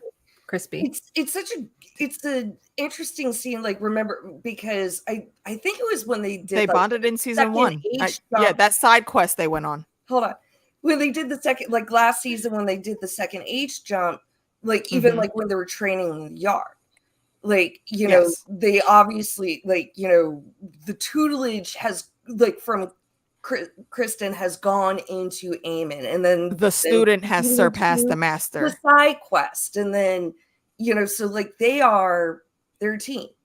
They're a team. Yeah. Yeah. So it makes sense that it was them that was sitting there. And it's also interesting when you look at the timing for this back half of the episode that we're at with them having this meeting. If they would have stayed there like 5 to 7 minutes more, then that blood and cheese would have caught the person that they were supposed to catch. But then again, I'm questioning whether they would actually have been able to kill him, because I think Cheese the smaller one. Cheese is the rat catcher. Cheese is the actual rat catcher. He doesn't have the training that Blood does. Blood was on the city guard, if I'm remembering correctly. He would have been able to take out Crispy, but they wouldn't have got both. No. I was like, if it was just, I mean, they're both like such skilled fighters. Yeah. Like in one sense, I don't even think like if it was just Aemon on his own that no, I think Aemon's a better fighter than Crispy at this point in time. Well, I mean, but just I don't think they're much more of a fighter than this gold cloak guard who's probably at most Definitely breaking up tavern brawls and shit. Yeah, right. Well, maybe they were hoping they would find Aemon Aemon sleeping or something like that. I think they were thinking they would find him alone, or actually, I like that idea too, or that they would find him sleeping. Yeah, or drunk, but Aemon don't drink like and that catch though. him by surprise. But they really had no idea. But yeah, if they had happened I think what had happened if they had happened upon Crispy and Aemon, I think they would have just pretended that they were doing their rat catching. Yeah, for sure. Yeah, because definitely you would think. I mean, you would Possibly. think both of them would know that. Here, Kristen Cole was the leader. Here's the thing with that. Hi, Sophie. And I didn't notice it, I think, until later when we were talking about it, me, Meeks, and our guest that we had on Monday. He was saying that Tim? he can't when they first came in, that he can't go upstairs because I'm only authorized to go into this level. I didn't know that there were different levels to the rat catchers. An upper level rat catcher. I think if anyone knows who is supposed to be up there, it would be Crispy. So he would clock that immediately, and the ruse would be over that quick. Because he would know that that little dude right there is not supposed to be up here. He's on holiday. So the fact that he's here right now, and it's after hours, because I'm pretty sure all the maintenance has gone home by now. Housekeeping might still be there, but all the maintenance has been gone. So it would automatically be a red flag, and he would just take them out. Yeah, I mean, they could. I feel like they're I don't think they remotely pay attention enough to the household Like, I think Crispy does. No, it's down. I It's don't down. No, but think- it's Downton Abbey rules. Like Yeah. in the real life of life in Britain, coming from the culture that championed basically feudalism. Feudalism and stations. Yeah. Basically, yeah. We invented the class system.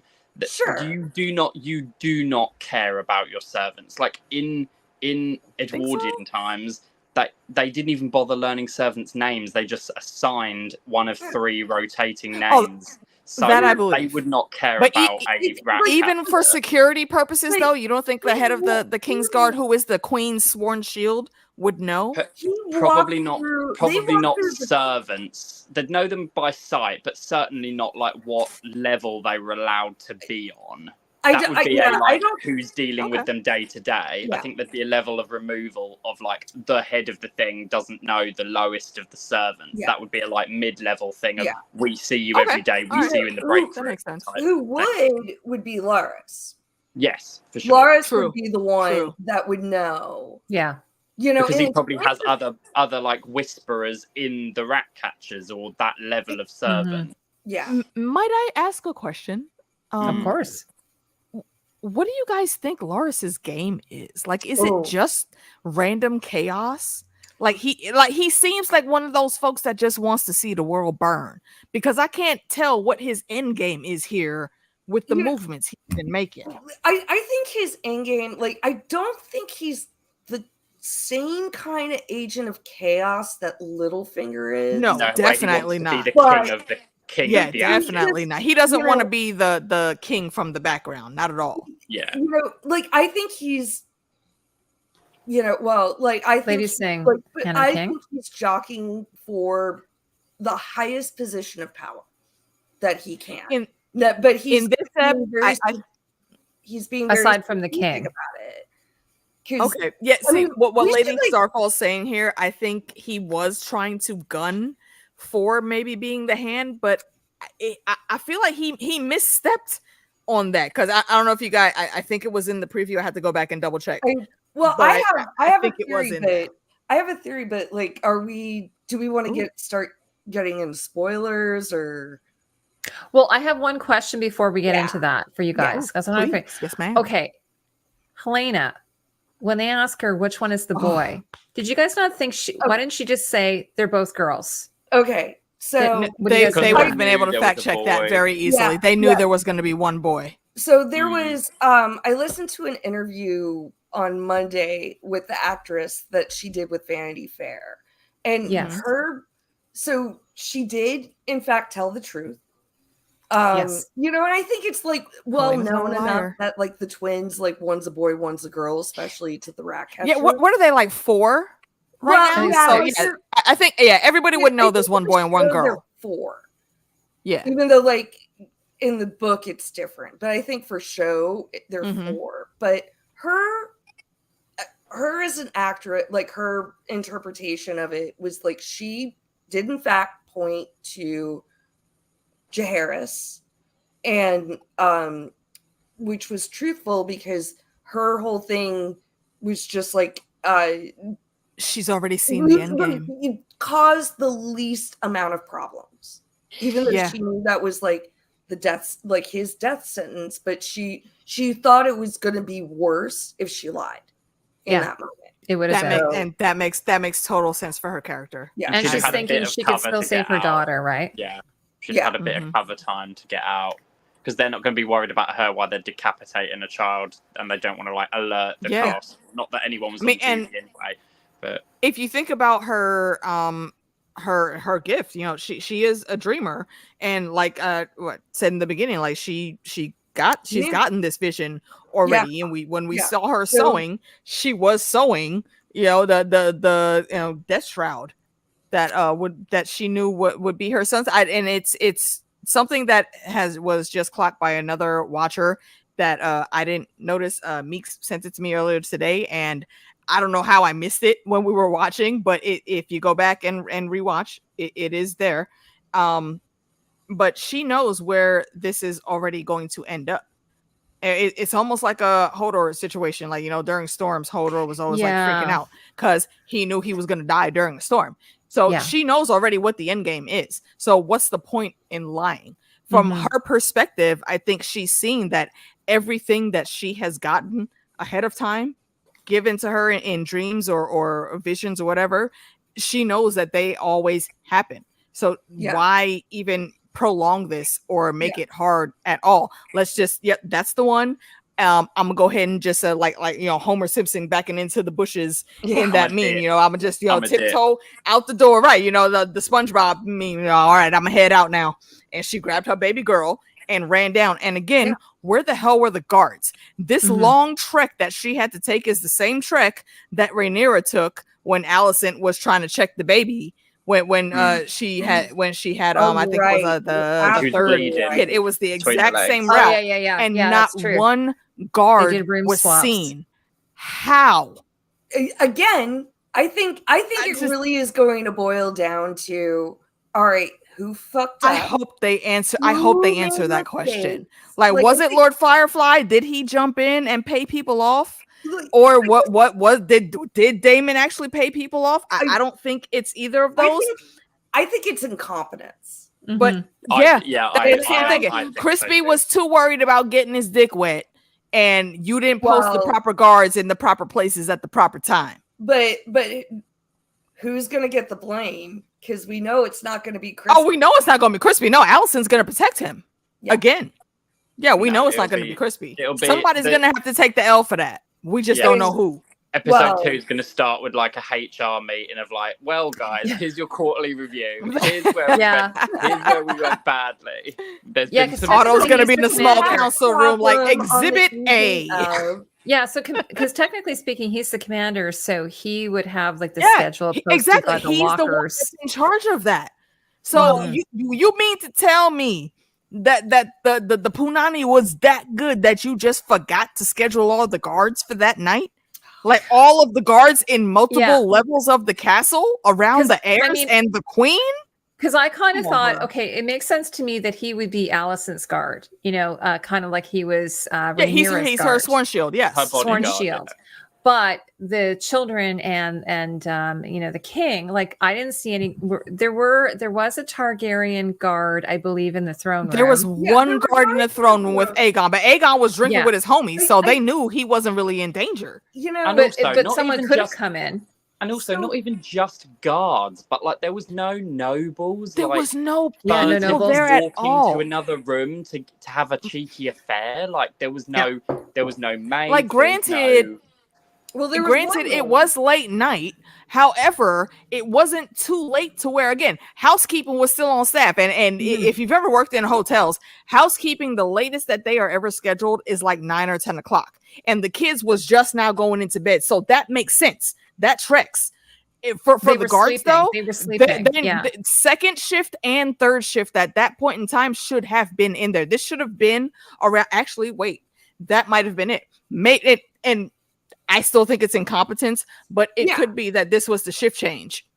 Jesse's saying, I'm starting to think that dude in the bottom might be Crispy. You mean under Alicent? Wait, do you mean wait? What you mean, dude in the bottom? Are you talking about Casta? Because I take offense to that. I think don't you compare Casta with Crispy? I think Jesse meant like that Crispy was under Alicent. Yeah, because she was riding him. She was riding him. Did anyone see those memes? Where it's like, I don't care about the kid. Tell me what the fuck is happening in here. Did you see that? It was her holding the kid like panic stricken. Fandom. I do not care about the kid. What the fuck is happening? Hold on. Let me address my YouTube little brother here. Fandom, don't act like you've never seen us on a stream together before. Yeah, this is a tipsy stream. At least you know exactly how we do. We keep going back to this guards thing. Sorry, guys. So I think I think more so. The bigger issue about the guards is really going to be like boiled down to like, well, who fucked up? Well, exactly. Yeah. Because you got a prince. At some point, like, the heir is dead. Somebody got to answer for that. Yeah, and so, like I can't like logic out like it's just like who do we think is going to get the blame? Yeah. Okay. So, you saying so bottom lip. So you are she means talking about Casta. I rebuke that in the name of Satan. I You will don't look take that back anything right like now Crispy. and You don't think apologize to Casta this is man. crispy?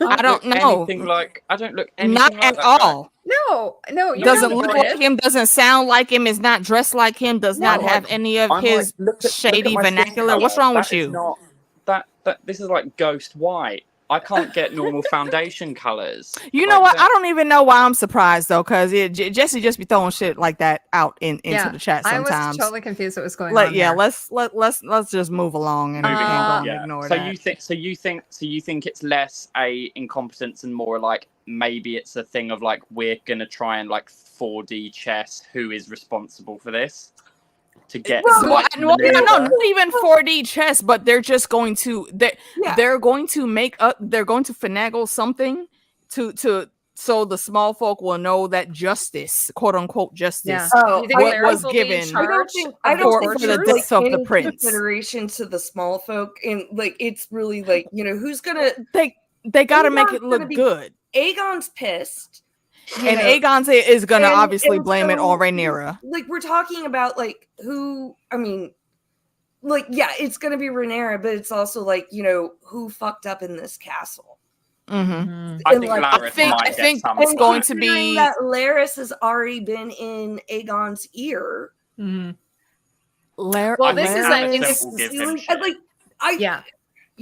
This feels like Otto might get fired.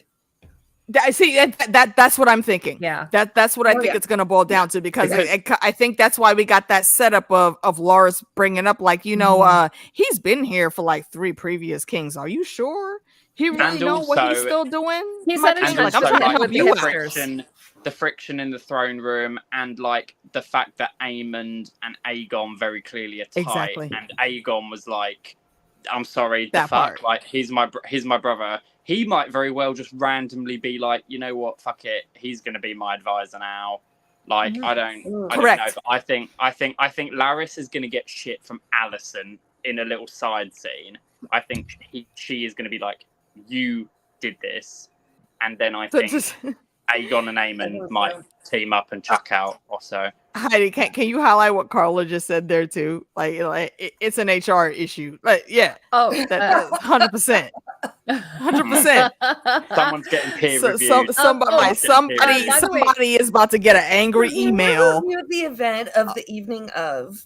I just wanted to also ask you guys while Blood and Cheese are walking through the throne room and Aegon is lying on the throne. Don't be suspicious. And he's got his buddies, his dude bros there, and they're like trying to come up with a name for him. I thought that was really funny because someone called him the threw out magnanimous. But that was in like the introduction. So, you know what's funny? So when I rewatched it, they were talking about, hey, well, what name could we use? It was really funny. Like, so they had this whole tense scene with Blood and Cheese walking through, and then here he is talking with his pals about like, well, what name could it be? Maybe it could be this name. It was really, it was actually pretty funny. The thing that cracked me up about that, and I don't remember if we commented about it when we did our watch along, but we were looking like these kids, and I'm gonna say they're kids because they're still just like 17, 18. That they're really, that they're only here in this room right now because they are the sons of some other high lords that are allowed to be at court. So they're not even really there for Aegon. Everybody there has an agenda. They're just playing their part right now to see how far they could get their family name in with the king. So they're kind of even irrelevant. That conversation is probably never even going to come up again. But if Aegon has any like real inkling of actually truly wanting to figure out what happened with his son and how these assholes were able to get in here, once he learns that it was the rat catchers, if he ever learns that, is he going to think back and remember that he actually watched these dudes walk in front of him? I don't think he even noticed during that night. I think the guard would have. The guard would have seen them. Yeah, like the guard would have seen him, but they were in a decent disguise, so the guard might not really even clock them for anything. we're also assuming that they get out clean and that they don't get caught in the act of leaving. Like, we're also assuming that that's going to be the interesting thing to see, because it's never stated whether they were ever caught Hi, Mother Rowan. in Fire and Blood. Hey, Mother Rowan. Yeah. It's never stated whether they were caught. All that is said is history only remembers them as blood and cheese. Like, they don't remember what their real names were or what they were really doing. I don't remember if they were they. Did it say that they were caught? Maybe. I feel like they're gonna get caught. It's been a while since I read Fire and Blood, so I may be misremembering here. Because that's the only way we know, like, for sure that it was Daemon that hired them. Yeah, how else would you know it was a rat catcher and another guy and they were hired by Aemon and the whole thing? But I think that could have very easily been something tossed in by the maesters that wrote this several years later after it happened. Actually, this is interesting because they caught blood. Lean says did they catch him? Yeah. They catch the rat catcher. 2 days later, blood was seized at the gate of the gods, trying to leave King's Landing with the head. Oh yeah, because they have to have the head. Okay. That's right. That's right. Yeah. That's why we got those caught. gruesome cutting sounds. Ugh. Yeah. I did not. Okay. And also, did anyone else think they seemed very unprepared? I know they can't go in with weapons, but he had literally like a cheese knife. Like it was like this exactly. The kid is only 4. Maybe that's why he's called cheese. He was eating cheese. You didn't. I mean, okay, you were eating cheese at that point in time, but you knew you had one thing to bring back, and it was this kid's head. Why didn't you bring the appropriate weapon to do this? All that slicing that we heard, that should never have been happening, because the most horrible thing about it to me is when they grabbed baby boy, he put his hand over his mouth and the kid was asleep, but then he woke up. So from the slicing, that makes me think that they didn't do like the chop to where they could have just did it in one swoop. He would have bled out very quickly. He would have bled out, but he still would have felt some of that pain. Yeah, he would have. Yeah. And that's horrific. The question is, did Daemon actually say, "I want his head"? I don't think. No. No. He said Aemon. That might have been he didn't say about the kids, did he? He said Aemon. No. He said he wanted Aemon, and they asked, "Well, what if we can't find him?" And I think what he said, it cut. I thought, did he say, "I want a son for a son" or something like that? I may be not remembering that again. The rum was strong that night. Okay, hold on. He did not say a son for a son with them. No, he said it earlier. Like that phrase was, but they may have just ad-lib that in. So like that's the blanks we need to fill in. It's like, so they're asked, what if we don't find him? They cut away. They rewatched that scene. They cut away. He doesn't answer. But also, is it not a bit weird? Yeah, sorry. No, go ahead. But also, is it not also a bit weird to just kill that one kid? Obviously don't kill kids. Yeah. However, if you're in the room, kill the queen and both the kids. That's because why would you leave any witnesses? There's witnesses, and also a bigger impact. You've killed literally the entire dynasty. And any chances of having another heir. But see, like you said, Beth, like it wasn't specified that he said a son for a son. So they wouldn't have known that. They could have just taken all 3 of them out. Again, there were no gods around, so there were no other witnesses. Do that and then cut back out. Shakespearean. You're dealing with a couple of idiots. It felt very Shakespearean. That's exactly what it was. You hired a couple of morons to do this assassination for you. And of course, when you're dealing with morons, they're going to use moron logic. But also, but like if you start going, I mean, like you could have, they were in the room with the 3 of them, like the 2 kids and Helaena. And it's like, they could have probably done all 3 of them. And probably Crispy and Alicent if they knew they were fucking. But they would not have needed to go out that way. Yeah, they would have never passed him. If they would have killed the twins and Helaena, they would have just went back the way they came. Yeah. And left out, and no one would have remembered that they were there. For sure. Yeah, and it's also like the same conversation that we had when Rhaenys didn't kill everybody like during the coronation. I mean, for ample opportunity. She did, and Daemon did also try to throw back. And also, can we talk about how Daemon was still on some bullshit in that scene? No, Daemon. Great. Okay. And I know we did touch on it a little bit, so I will pull the whole thing out. But yeah, first of all, keep your hands to yourself, young man. Okay. Don't ever put your hands on my auntie. Yeah, he kept he kind of kept manhandling her. He put his hand like on her whole abdomen to try to stop her. Maylis needs to gorge and rest.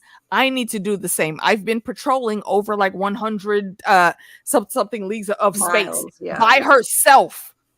By herself, she is patrolling the gullet, and she said that in the season finale. Yo, you know what? Send the ships here. Send the other ships over there. I will patrol the gullet myself. And she took that on. And this woman has been out there again. It's been 2 weeks straight. She's barely had a break. So the dragon obviously needs to come home, get some sleep. She needs to come home, get some sleep, and she got to go see Uncle C. So maybe she's gonna get a little something else too. But we're not doing this, Daemon. Okay, she said, "I'm tired. Come see me maybe after my nap." And it's not a request, it's an order. Oh, would that you were king. Bitch, you know damn well you can't come in Auntie Nisi without no fuck shit. You know damn well she gonna shut you down. He was kind of going after everybody. Did you notice that in the episode? I think because he's bored. No, he's bored. And this is Daemon. Daemon is restless. Daemon cannot sit in a situation like this where he knows action is needed and he can't be pointed at a target. He's a missile ready to launch, but he doesn't have a target right now. So it's making him stir crazy. Like we said, Daemon is about to be his most toxic in the whole story in this season. Yeah, he doesn't. I won't specify. Y'all are gonna see that.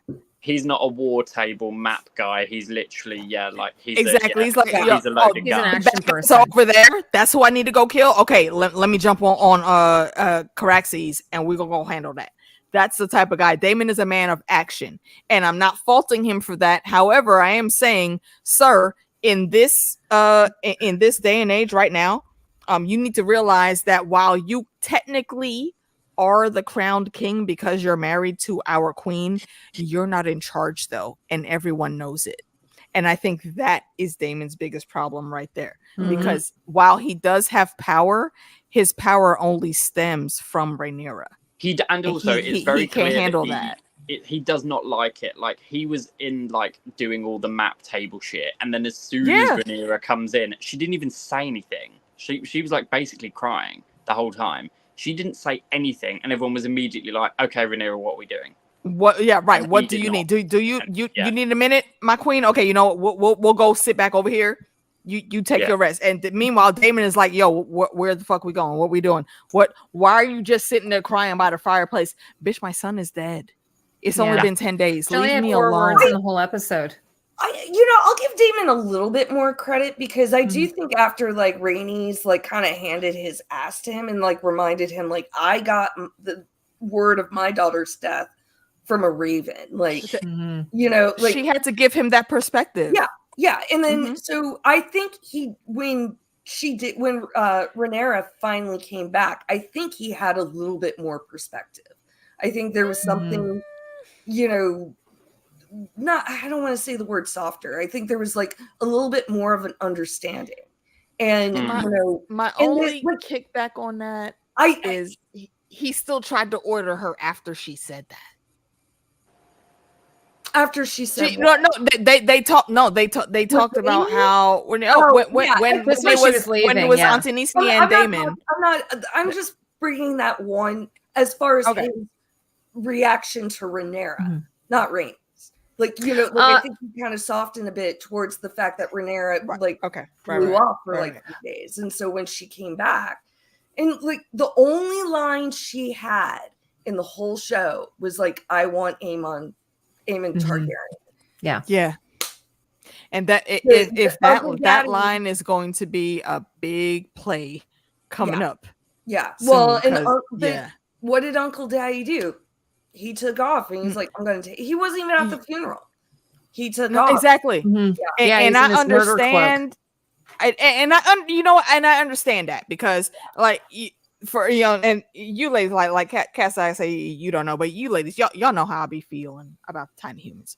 If whatever happens to any young child that is around me, like it doesn't even have to be somebody that's in my family, but if like one of my friends' kids or anybody or any of them are in any type of random weird or dangerous situation, if you call the banners, AK will be the first one to come up. So you're programmed, aren't you?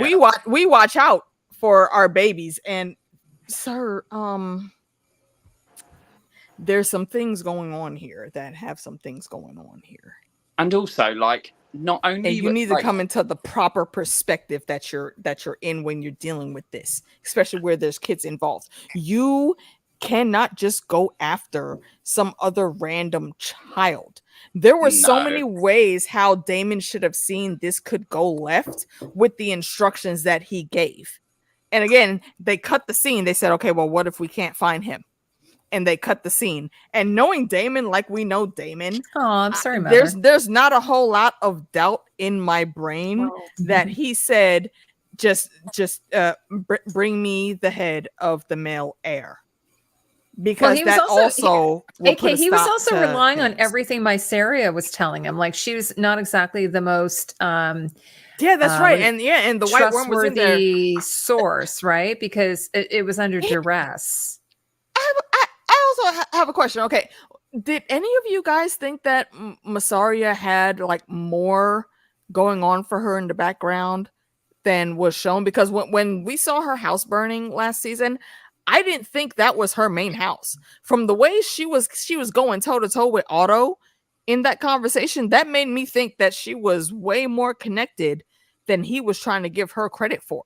I thought that she had another house someplace else, and that house was a decoy that was set on fire, and she had her shit together. But here, she's looking like a lowly pauper that has to hide with the cargo to try to get out of Dodge. Why is that? I have questions, and I need explanations, and I feel like they're not going to give us that. Oh, before we move on, though, someone brought this up earlier. Sorry, Caston. Also, if you need to leave at any point, because it must be super late for you. Okay. It's like 3, but I'm good. Someone asked in the comments, so now that Jaehaerys is dead, would Aemon be the heir? But there's been some speculation that Helaena might be pregnant with her now, because in the book she has 3 children, right? In that scene in the book, it's not just Jaehaerys and Jaehaera. There is also Maelor. Maelor is the youngest. I think at that point in time, Maelor is like 2 or 3, and Jaehaera and Jaehaerys I think are like 5 or 6. There's 6 in the book. Yeah, they're 6 in the book. And what happens is they go in there and they tell her to choose between the sons, the younger son or the older son. She chooses Maelor because he's the youngest. And she thinks that it's not won't remember or matter too much, right? Because again, Jaehaerys is still the actual heir, so she's trying to protect him, but still be as lenient or in the situation as she can, because it's a horrible situation for any person to be in. It's like Sophie's Choice, if anybody's seen Sophie's Choice. And from that, I think it's Blood that is actually standing closest to Maelor, and he says, do you hear that, boy? Your mommy wants you dead. And then Cheese, instead of listening to her and killing Maelor, he kills Jaehaerys. So the last thing that he hears in this traumatic situation is your mama wants you dead. That's awful. So he then has to continue his life knowing that, after seeing his mom yoked up with a knife to her throat and then seeing his big brother get killed. So it's really, really screwed. And I do understand how some people were saying they wanted a little bit more from the blood and cheese scenes that they got in the books, or for how they got in the books to be on the screen. But when you think about it, I feel like it's like trying to trust an unreliable narrator and to be telling you the full story, because George himself has said what we're seeing on screen is the truest form of these situations that happened around this Dance of the Dragons. Right. So for folks to be upset to saying, oh, you know, they should have did more blood, and she's like, bro, did y'all really need to see this little boy get his head cut off? Yeah. I the sounds of that cutting were enough to traumatize me. I don't need to see a little baby getting his head taken off. Like, y'all are weird for arguing about that. Yeah. And then going to the fact that maybe Helaena is pregnant, like Melo could have been on the way. Yeah. Yeah, like maybe. Like, I hope not. Like, because it's like there's so much. With what else is gonna happen? Yeah. There's so much to get through in 8 episodes. Like, I don't need another baby and weird succession thing, because it doesn't matter.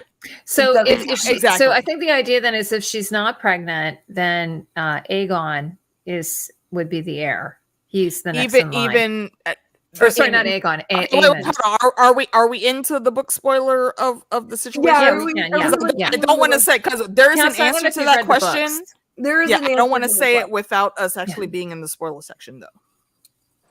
Go ahead. We're warning everyone. Spoilers incoming. If you don't want to hear spoilers after this next 2 minutes, then leave now. It doesn't mean what we're saying. Like, doesn't mean like this is how it's right. We may not even see it set up like this. You're right. Yeah. You want to go?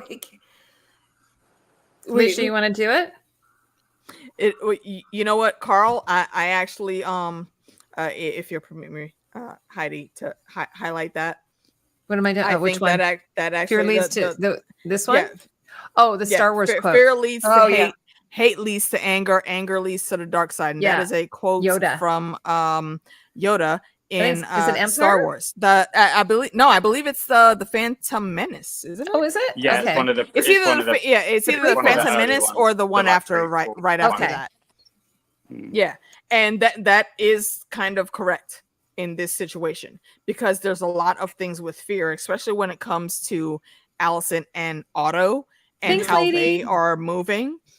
I think that absolutely fits. Yes, thank you, Lady Starfall. Always appreciate you. Yeah, Lady Starfall has been a follower of us for a long time. She's awesome. We really appreciate you guys. We have the best viewers, actually, I have to say. We really do.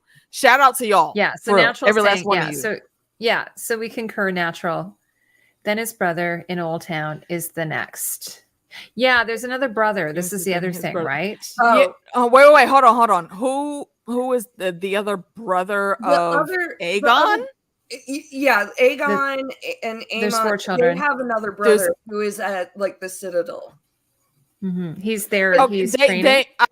I don't know that I would count him for the show because they never introduced him yet. See, I thought that was the one that they were talking about. Like, because I know like one of these kids is coming back, and I think it's the one that's in Old Town. But that makes that I've seen speculation on that, but I've seen more speculation. Like Ryan Condal, but I'm getting to the point where I don't trust Ryan Condal. No, he's not giving it up. He's not giving up. He's mixing and matching. Yeah, because apparently he was asked about Maelor. Yes, and he's like, I wouldn't say that Maelor is out. And the same with Nettles. I shared a quote from him about Nettles. Once we get to the spoilers, I would like to comment on that because I have thoughts. Wait, but I don't want to say anything. Are we not doing spoilers? We're doing them right now. Are we in the spoilers section? Yes. We're in spoilers. Yeah. Okay. Well, do you mind if I speak on Nettles? Of course. Go ahead. Tell me your thoughts, though, Heidi. How are you feeling about that character? Well, they asked Ryan, like it was on. I can't remember the name of the podcast, but I shared it. But basically, she asked him, she said, as a woman of color, it's very important for me that we have this character, Nettles, in the show. Can you comment on it? And he says, well, I can't comment on any specific character. You watched the first 2 episodes, right? And she said, yes. And he says, okay, well, you'll just have to stay tuned or something to that effect. I'm paraphrasing. Yeah, so he's not wanting to give it up. Like, because I think they wanted to keep it a surprise. Yeah. It won't be a surprise because it's already been talked about and speculated quite a lot.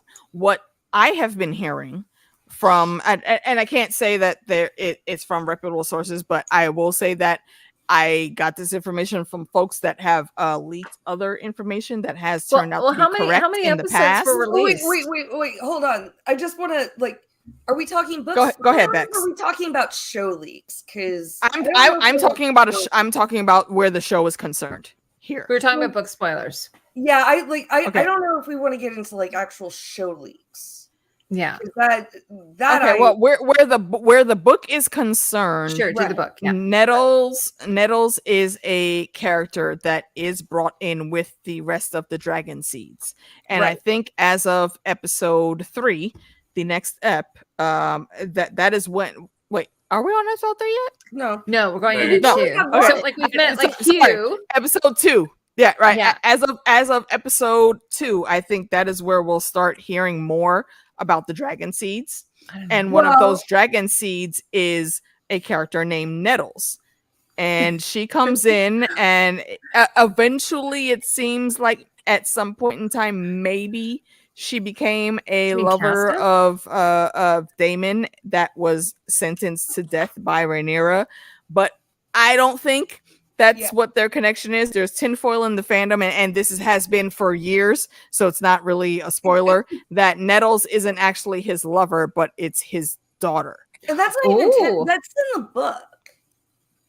That's not tinfoil. It's so a bastard daughter. Wait, no. Nettles is a character in the book, but her relationship, as far as we know, was only from Rhaenyra's perspective as Daemon's lover. The thing came in with her being his daughter was something that came from the fandom. I thought it's in the book. Is it? Yes, because they refer to her as his natural daughter. I don't remember that. Yeah, I'm gonna have to go back and read now. Problem with the book because the book is Septon Eustace said this and Mushrooms said that. Yeah. Again, a bunch of unreliable narrators. Mushrooms and gossip. It's a weird it's half history, half knitting circle gossip. And I am of the camp that Nettles was not his lover, that she was actually one of and I'm saying one of because I'm sure he had more than just her, but one of his bastards from across the narrow sea. Sure. And she ends up being a dragon seed, and she lived on Dragonstone.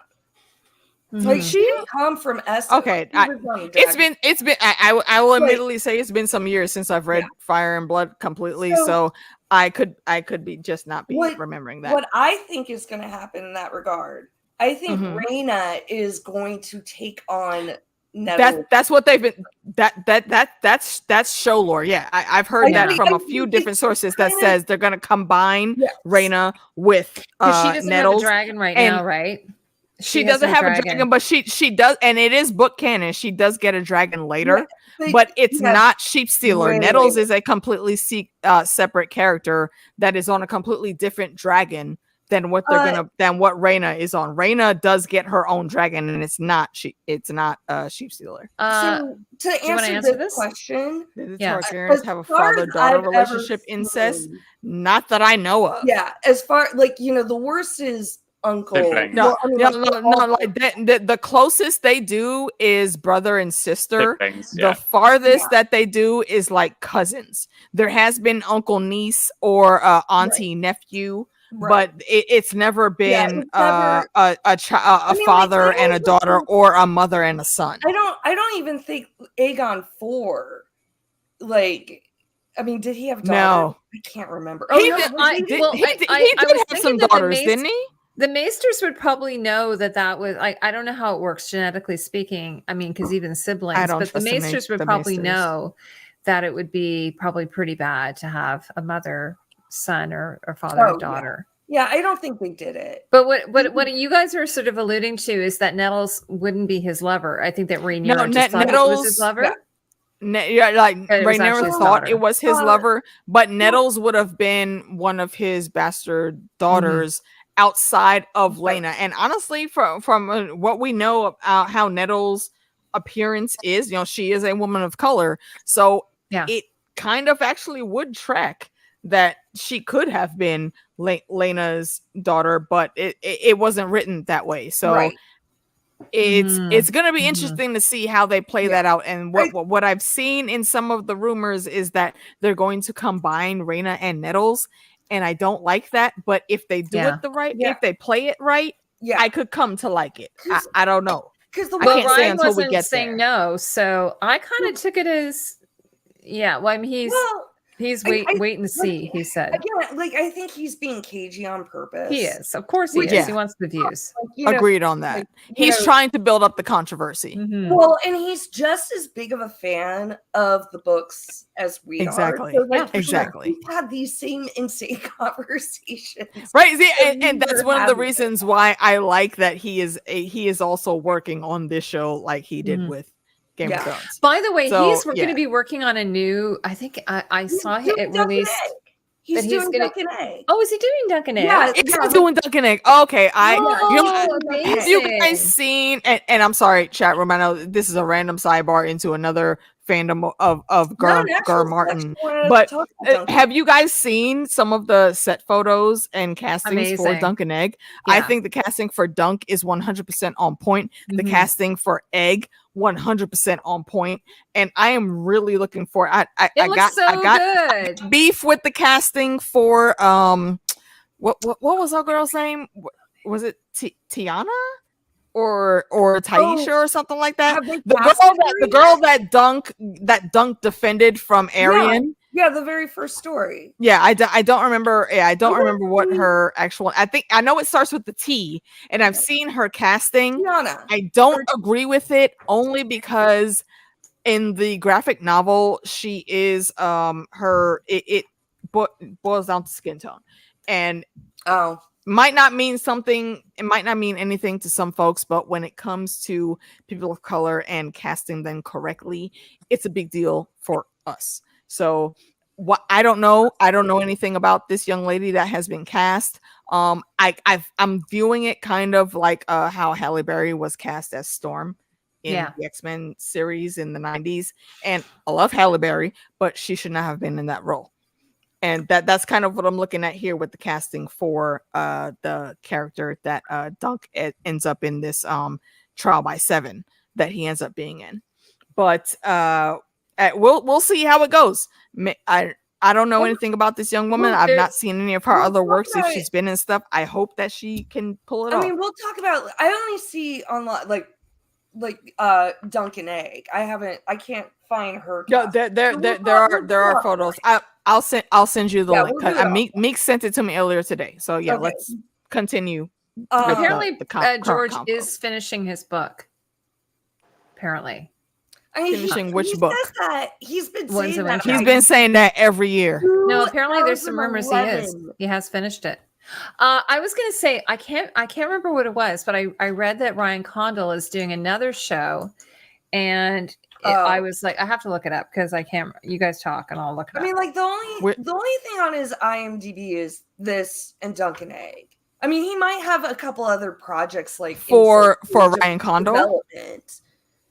Yeah, I mean, like having a show in development, like that's there's many shows that are in development that never leave the pilot. Here it is, the Hedge Knight. Okay, yes, Dunk and Egg. I thought there was another one I saw him doing. I mean, by the way, if anybody hasn't seen Colony, I highly recommend it. It's so good. Is that that sounds vaguely familiar? Give me a quick synopsis. It's his show that he did before House of the Dragon. It's about aliens. It's so good. Is it a community that like gets caught, like they have to live under a dome and some random screwy fuck shit happens? They're living in an occupation of aliens, and basically it's called Colony because they put these massive walls up and barrier them off. So they're like in LA or something, and the aliens drop these massive walls, and then and then there's districts between each section that they can go to, and it's about a family living within this occupation of the aliens. It's Ryan's show that he did 3 seasons of. When did that come out? It came out. He was an executive producer, showrunner. 2000s, 2010s. Yeah, I think It sounds just from what you've told me, it sounds like almost a rehash and upgrade of the Alienation series it that was out probably, I'm in sure the there early was some 90s. inspiration behind it. Yeah, Interesting. 2017. 2017 Oh is yeah, when okay, yeah. So, For and y'all old heads Lori in here with from the The chat, Walking Dead is Lori from The Walking Dead is one of the protagonists. that's She's the female that's not a protagonist. selling point. Oh, okay, That's not sorry. a selling She's point. super annoying in it as well, though. Lori irked my nerves so much in You season know what's 1 so and 2 of The funny? Walking She Dead. is super annoying in Colony as well, but all the other cast are amazing. That's gonna make me stay clear of Casta, that. are we And losing also, you? You look Yeah. so tired and sleepy. I was wait, I wait! was gonna Oh, you're say, I across might the have to- pond. I Oh my might have God, to go- head off because it's like Dude, go to 1:30 bed. a.m. It's 3 Yeah, a.m. for yes, him. Go to sleep, sir. Yeah. Please. Casta, I have Oh my gosh, one- Casta, you Yes. are just a living doll, by the way. Yeah. You are the GOAT for staying up with Yes. us. Yeah, and we're just Thank you. talking I over do him and have stuff. one question for you, and I Yes. hope it's not like a super Mhm. like. So you obviously like you were talking about you watched Game of Thrones, and it was a big inspiration. Mm. Now, how do you feel? I know I've asked this question to Heidi before, but so now we're watching a show that's like roughly 150, 200 years in the future or in the past. In the past. And I'm not. How do you feel like? Do you feel like the clothing, for lack of a better word, technology doesn't like kind of line up with the fact that there's a big time difference, or No, I mean, from or like my whole thing is historical costume. Like that is my background, so right? it is not as feasible to me that a lot of their references are like similar eras but different countries, and then also Tudor. Like they are pulling from later than the original show, which makes sense in the idea that it's the height of the Targaryen Empire. So in some ways, having more design makes a bit of sense because then they Right. strip back as everything gets weaker, I suppose, and Right. the power balance shifts to different nations. But no, I would have liked it to have been a bit more like almost like toga-y, wrappy, Byzantium, kind of more just wraps and jewelry rather than like, because that like I'd have preferred it to be a bit more like Greco-Roman, Byzantium, like how Rhaenyra's like coronation thing was that almost Byzantium Empire energy. I'd have liked that kind of like crazy headdresses and big beaded necklaces on togas and situations for me. But obviously, Yeah, that's someone, Cassie, practical someone or was saying in sexy. my comments that season 1 didn't feel as fantasy. Like I know it's grounded fantasy, whereas season 2 feels back to more being more fantasy. Season 1 felt like maybe a bit more like the Tudors, or Yeah, I think the design is a bit more for season 2. I think the design is more in line with Clapton's original vision for sure. Absolutely. And then I think season 1 was a bit sort of more vivid color palette wise and sort of bolder shapes. well, and even like style aside, like even like techniques of like actually like making the clothing. Oh right. Like, I mean, the silhouette is basically all the same. There's a lot of princess seams and bias cutting techniques, and like historically, weirdly, we had better cutting techniques in like the medieval period where everything was bias cut to fit the body like a glove than we did like 200 years later when everything is like straight panels, no darts, no seams, no bias cut, just triangles and squares. So we did kind of weirdly go for like Tudor, like a chemise and a shirt in Tudor times is a bunch of squares, but a medieval gown was so beautifully draped. So we do go back and forth. Yeah. I have to, before you leave, Cass, I have to show you this picture. Yes. Can I have? Okay, let me find it here. It just got posted Also, today. Casta, can we get your rating for the show? Like, I don't know. Yeah.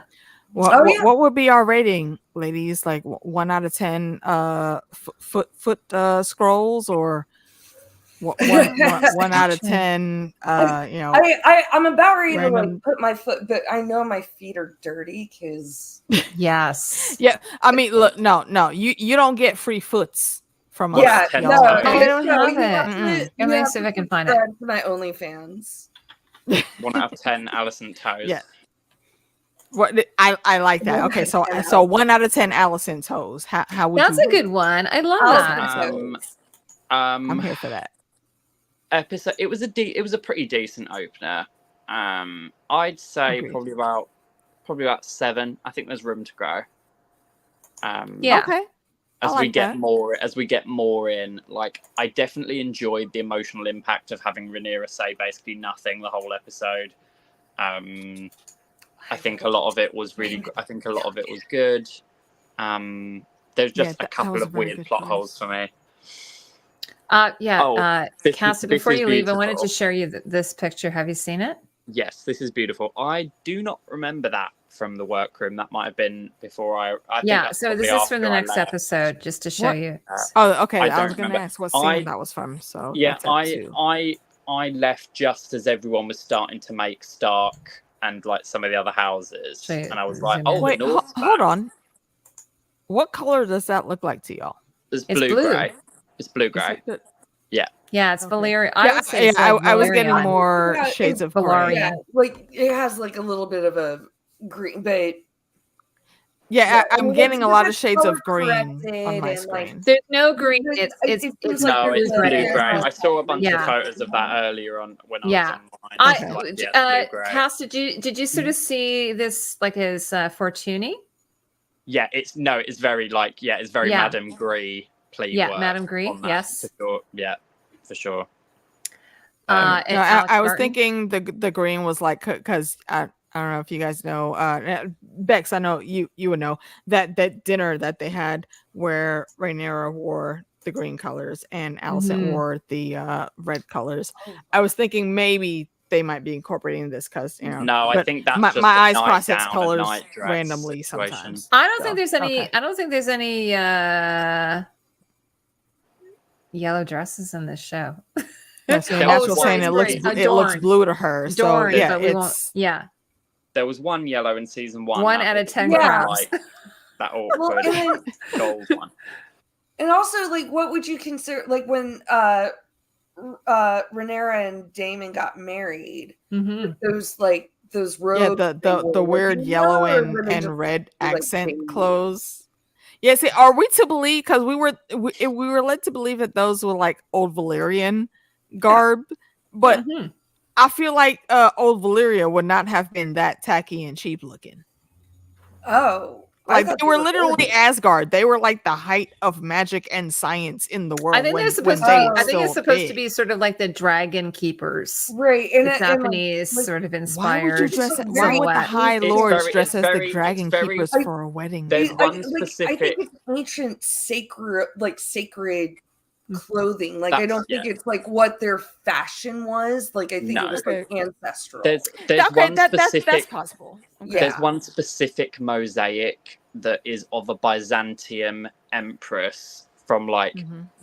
Middle Just- Egypt era who has like that exact shaped headdress, and it's a mosaic, so it's like the actual source material is made of tiles, so you lose You know some what? of the detail, but it's that exact shape, and the neck piece as well. That neck piece and headdress is from Byzantium. I feel like I watch enough overly sarcastic productions that I should have known that, because blue always comes in with like the old English and other places in the world with their history and how they dressed and what they did and how they contributed to history in the grand scheme of things. So We also do a shout lot out to of blue. overly sarcastic productions. 'Cause That's they're our like awesome. I don't know about you, our natural Casta, but I was dye. feeling like when Rhaenyra was dressing in blue gray that was sort of the Valarian. Interesting. Is it silver? Silver. I Has Valarian? I don't know. I just know that we had such a specific color palette in the room. Like Yeah. you knew who was on. You knew which cutter was working on which character, literally from Yeah. So did you the colours on like the table. go around like with Silly String, like, you know, hating on the team you didn't like? No, because the problem is I literally love green. I know you love green. I know. So yeah. So my difficulty was hard. that I loved all of the green stuff, but in the I know. room, Woad blue. in the Yeah, room- woad blue. Very nice. Yes. In the room, natural. we were kind of each given kind of like a team. Essentially, I was basically doing like quite a lot of Daemon's stuff. So I was just in a world of like grey and black for like. I feel so bad that I'm keeping you, but I also want to show you this because I have to ask you. I don't know if you're allowed to comment on this. Is this beautiful embroidery on Helaena? I know, obviously, this is your gorgeous embroidery. No, not so Helaena. awesome. Not Helaena. On Alicent. On Alicent. Yeah, but I can't zoom in on it here. But here, let me try and see. Helaena on her stomach. I don't remember her last name, but I believe that actress's first name is Fia. Fia, and she has been she has been killing the role of Helaena. So I just wanted everyone to know that Casta did this gorgeous embroidery on Alicent for the next episode. Really awesome. It's very but also, is it Michelle? Did Michelle do Helena's embroidery? Yes, yeah. Michelle like devises basically everything, so everything has a cohesive look, and then it gets handed off to you know, different people in the department. She did, I think she did the stomacher, and then the additional embroiderer did quite a bit of the stomach and I think the sleeves, but don't quote me on that exactly.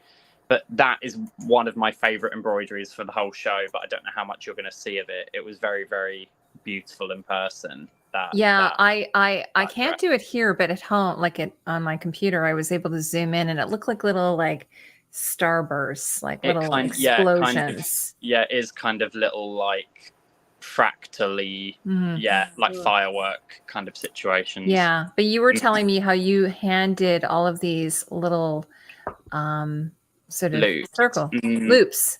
Yeah. And how much pain you were in after that. Yeah, it was like 2 days or like something to do the entire dress, and it's like all the way around the neck and then all the way down the front, and it was literally like 2 days. And it was like is it silk velvet? Silk velvet with no backing. Oh my gosh! It was literally like silk velvet, and then like Helena's nightgown was just silk velvet with like silk chiffon lining. So it was so. Yeah, let me find. I feel so bad. I'm keeping you. We're torturing you, but we just want to talk to you so badly. It's okay. Don't worry. We'll have you back. We'll have you back so we can talk more. But I just want to show. I've got a picture of Helena's. Do you have socials? Yes. He does. Like he's on Instagram. In my Hot D streams, can I shout you out? Yeah, absolutely. I would love that. Caster_Hex on Instagram, CASTA_HEX. I have all of my costumes on there I make. Not a lot of my work stuff is on there, but that I love that. Now, what's awesome. Really strange about this, because we were talking about the color filters and everything, is because when I did the review, I was like, oh, you know, it's sort of like a beautiful, rich teal green. But really, when I saw it in real life, like, because there was a behind the scenes picture, it's much brighter. That's the color it is in real life. Like that photo of her holding the baby. That's the color. The one of her holding the baby. I was going to say it almost looks like a muted green. It's like a that may just be color graded it. Here, let me see if I can find it for you guys. It's quite a bright sort of marine green color. Yeah. Interesting. It's very, very pretty. You, it's like jade kind of color. Yeah, it's so gorgeous. It was beautiful. I think there were quite a few multiples of that in case blood got on it. And it didn't seem like it did though. No, I think we just like to have spare, because sometimes scenes go a bit south and the director wants more blood or less blood. It's always better to be prepped and have 5 of a thing than none and it get ruined. But you were saying getting the trim on there was a kind of difficult. It was just a bit fiddly, because it was just velvet, and the sleeves were like giant like cocker spaniel ear shapes, so it was just constantly moving your hands around, and there was about 3 layers of different braids sort of layered up, Just But for you that must have been so simple editing. thrilled when you saw her in that scene because she's like running. Like I was saying, it was like something out of a gothic novel. It You know, was she's very Crimson Peak when running, she was running very through the Crimson castle. Peak with the rain and the wind. It reminded me of I don't know if you guys ever watched Once Upon a Time. Oh But yes, once we found out like how like the final moments of being in the Enchanted Forest were for Snow and Prince Charming with Regina coming in to invade And the castle, putting the baby like in the tree. Yeah, it reminded me of Charming like running with Emma, baby Emma in his arms, and then fighting with the sword in the other arm to get her to the wardrobe. I will say the sad thing about that nightgown that you don't see on screen is the lining of it. Is they custom printed it with the most beautiful, like it was like. Is it connected to that like a V piece that's in there? I don't know what it's called. like a gore. No, just the lining of like the sleeves and the actual body was like a chiffon, like a grey green, and it was printed with like a coppery salmon pink floral, and it was just so beautiful. It was custom like printed. The screen print team did such a beautiful job. Like everything is custom printed, and a lot of the fabric is custom woven. But like that was such a beautiful print they designed. I think I have a scrap of it somewhere from the scrap bin. I think I have a scrap of that velvet too. I raid the scrap bin, so I have little mementos of jobs. Yeah, because I was saying in my review, awesome. like you rarely get to see, beautiful, peignoirs and nightwear. Like I remember in in Game of Thrones that Sansa, I think maybe season 3 or so on, she had this beautiful embroidered nightgown and matching peignoir, but you don't get to see it too often. So that's why I was like, oh my God, this is like such a wonderful. There's a lot of nightwear. And the children and the children, they're so adorable, like beautiful, like with lace sort of bands on their nightwear as well. And then her nightgown was beautiful. It was all that looked embroidered. I'm not sure if it was. Yeah, it is. Yeah, I didn't do that one. I did one nightgown. I did a nightgown for her that was like her like not the dressing gown, like her actual sleep dress. I did one, and then that one there was multiples of, and it's like there's a lot of copper in it. I forget the exact design. Stuff goes through so quickly, but by the way, before I know you're leaving, I just have to say, I don't know if I mentioned this, but so on that same panel I was watching, the armorer, the person who made all the armor, not the armorer, the person who made all the weapons, who is, by the way, awesome. He has a great website with all of his all of his weapons on there, like Blackfire and Dark Sister and so on. The channel name? His name is Tim. I will find it and I'll put it in the description because he does everything. Awesome. He does everything, and he's worked on all my favorite movies. I looked up his bio. So anyway, he was saying that apparently, how they had all the Game of Thrones costumes had gone on tour, and then then they got, like he says, it's sort of like in a warehouse, like when in Raiders of the Lost Ark at the end of the movie, they're in this big warehouse and they push everything in crates and put it in position and put a stamp on it. He said it was sort of like that for Game of Thrones, but now everything's been released and it's all going to go up for auction. So they pulled a few pieces from the original series into the room for us to look at, for like how embroidery was done for certain houses. And also, before I go, I will say the one costume I've seen a lot of amazing costumes in person in my time. And Aemon's jacket that he was wearing in this whole episode is the most exquisite leatherwork I've ever seen in my life in person. It's Daemon know how to dress. I have him in my top 10. It's kind of what color is it? What color is it? I'm dying to know. It's like olive green. Oh, it's olive. Okay, because on the show it looks kind of like I sort of like a browny color, but I said it looked like it had a hint of green. But not it's nothing like Aegon, which is like emerald, very rich green. Mm-mm. So, but the stuff on what's going on the shoulders there, it's like spirals made of slashes through which a different leather is like threaded. Oh, amazing! Basically, Carolyn did the leather for that. It was beautiful. And the fasteners this year, I love them. Like last year, they kind of leaned in a lot to those dragon fasteners, but this year they've done these really, really kind of cool, heavier weighted fasteners, and they almost kind of remind me of like a Viking motif. There is like long ship design. Exactly, long ship. Shape. Exactly. Yeah. Thank you for that. Everything was really beautiful. Like the jewelry. Oh, so the fasteners are they're kind of like clasps, right? What would you call them? Like a someone's asking what a fastener is. They're just like a decorative hook and eye. They're just a decorative hook and eye. Yeah. They're like a cloak clasp. They're like So when you're Jesse, when you're looking at their jackets, and you're going to see there's like a metal little like thing on each side, and then there's usually like one here, and then one here, and then one here, and then one here. And on Aemon, he's wearing a leather coat, and it's very, very sleek and fitted, and just he's kind of like a Joffrey Baratheon. I kind of compared him to, whereas Daemon is wearing them, but he's got a little bit of red leather in behind his.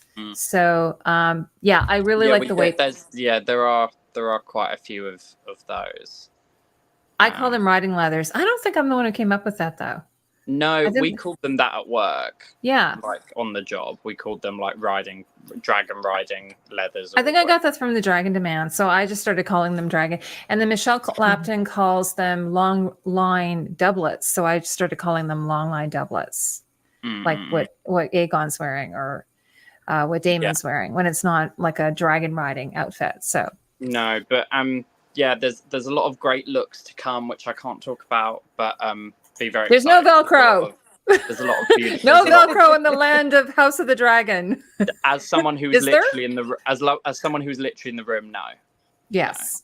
No. Everything. When we were in theater, we weren't allowed to use Velcro. Everything was beautiful. Like beautifully put together. It's couture. It's like couture level. Yeah.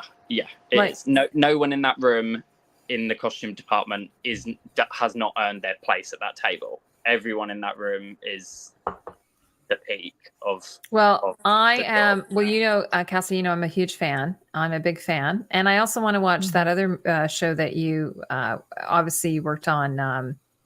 Did you work on George and? No, sorry, you worked on Lady Jane. My Lady Jane, which is about My Lady Jane. I'm gonna have to watch that. Lead embroiderer for that. That was fun. I can't wait. And then Silo season 2 is like an awful.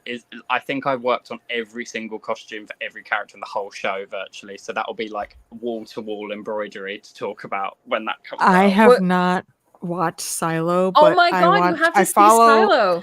Well, no, I follow Daniel CC movie channel, and he does very lengthy comprehensive breakdowns of shows like by the season. So I feel like I know all the big points and everything that hit in Silos season 1 and 2 because of how he covered it. So I basically skipped the line. And it seems like a really great show. They've only done one season. Season 2 is coming out. Season 2 for him. Yeah, season 2 is coming out. I could be misremembering that. And they've already I saw a picture already of Rebecca Ferguson in her I don't know. Season 1 looked great. I think Common is also on that show. The costumes for season 2 are a lot more like a lot more graphic, I'd say, like very bold colors. Everyone has a very specific look.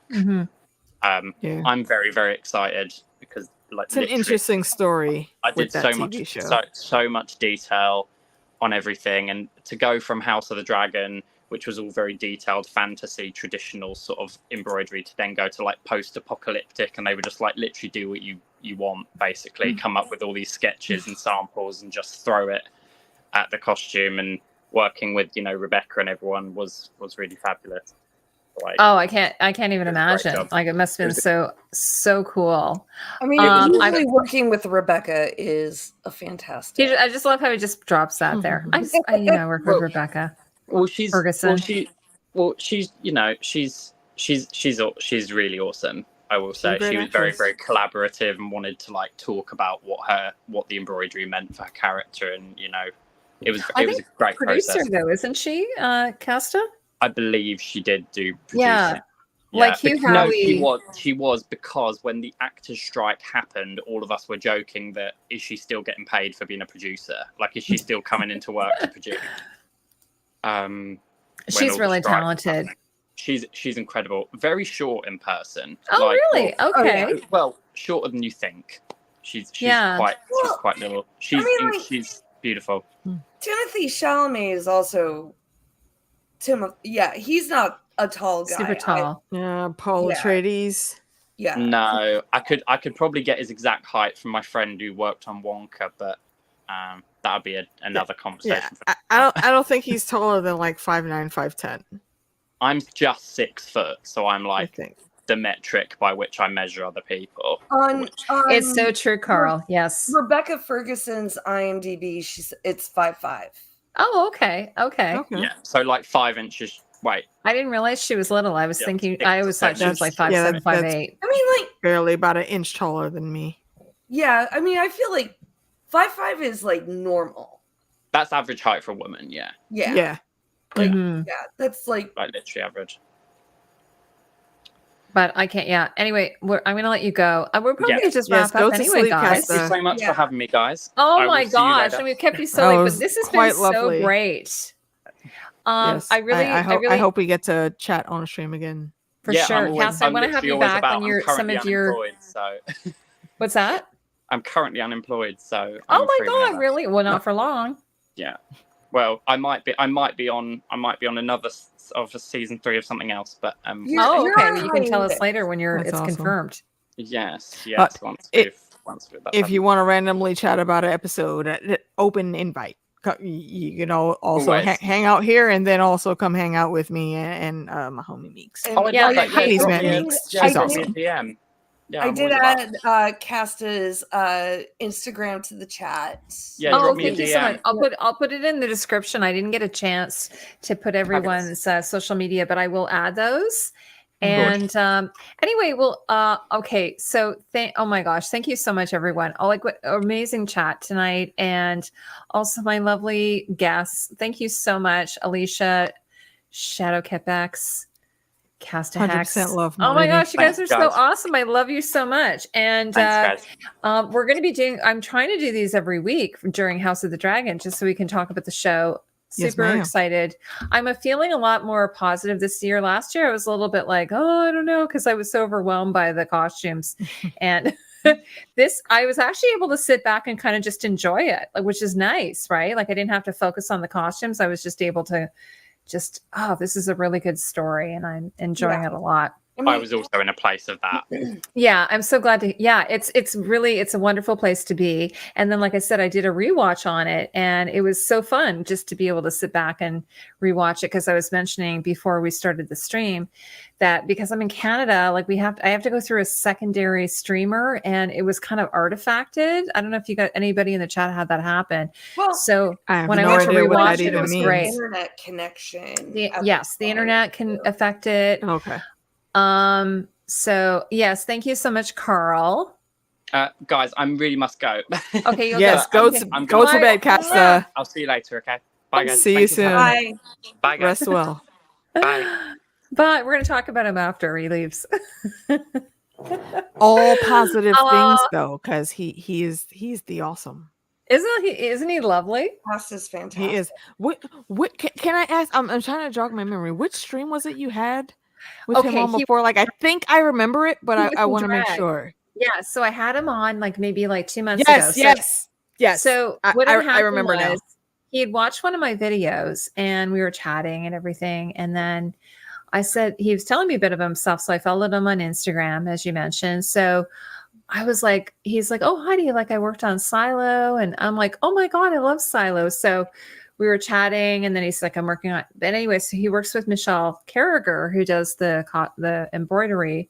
She did the embroidery for Game of Thrones. She's doing the embroidery for House of the Dragon, and she's probably one of the most famous embroidery artists who work in film and TV in the world. Like she's kind of the goat, right? So even though Michelle Clapton, the costume designer, didn't carry over to House of the Dragon, she did. So she did all the fabulous like Rhaenyra embroidery last season, and Rhaenyra had all this, and then she also did like a Viserys's embroidery on his coat, a Baelor, and is it Balon? What's Viserys's dragon called? Balon? Baelor? Balerion. So on his coat, he had Balerion. And then on Aegon's coat this season, she did Aegon's dragon, Sunfire, on his coat. So she's like just fucking amazing. So anyway, so Scott's been coming in and doing, or Cast, I should say, has been doing a lot of the other lesser characters, let's say. I don't want to say lesser characters because he did Alicent, as he was mentioning. He did minor characters. Yeah. Which that's not. I don't want to say lesser characters. That doesn't sound right. So anyway, we had him on twice. But the other thing I was going to mention before we go is about 6 months ago, I had a guest named William Swift who basically bought up all of these costumes from movies and TV shows and everything. And he had everything in his house.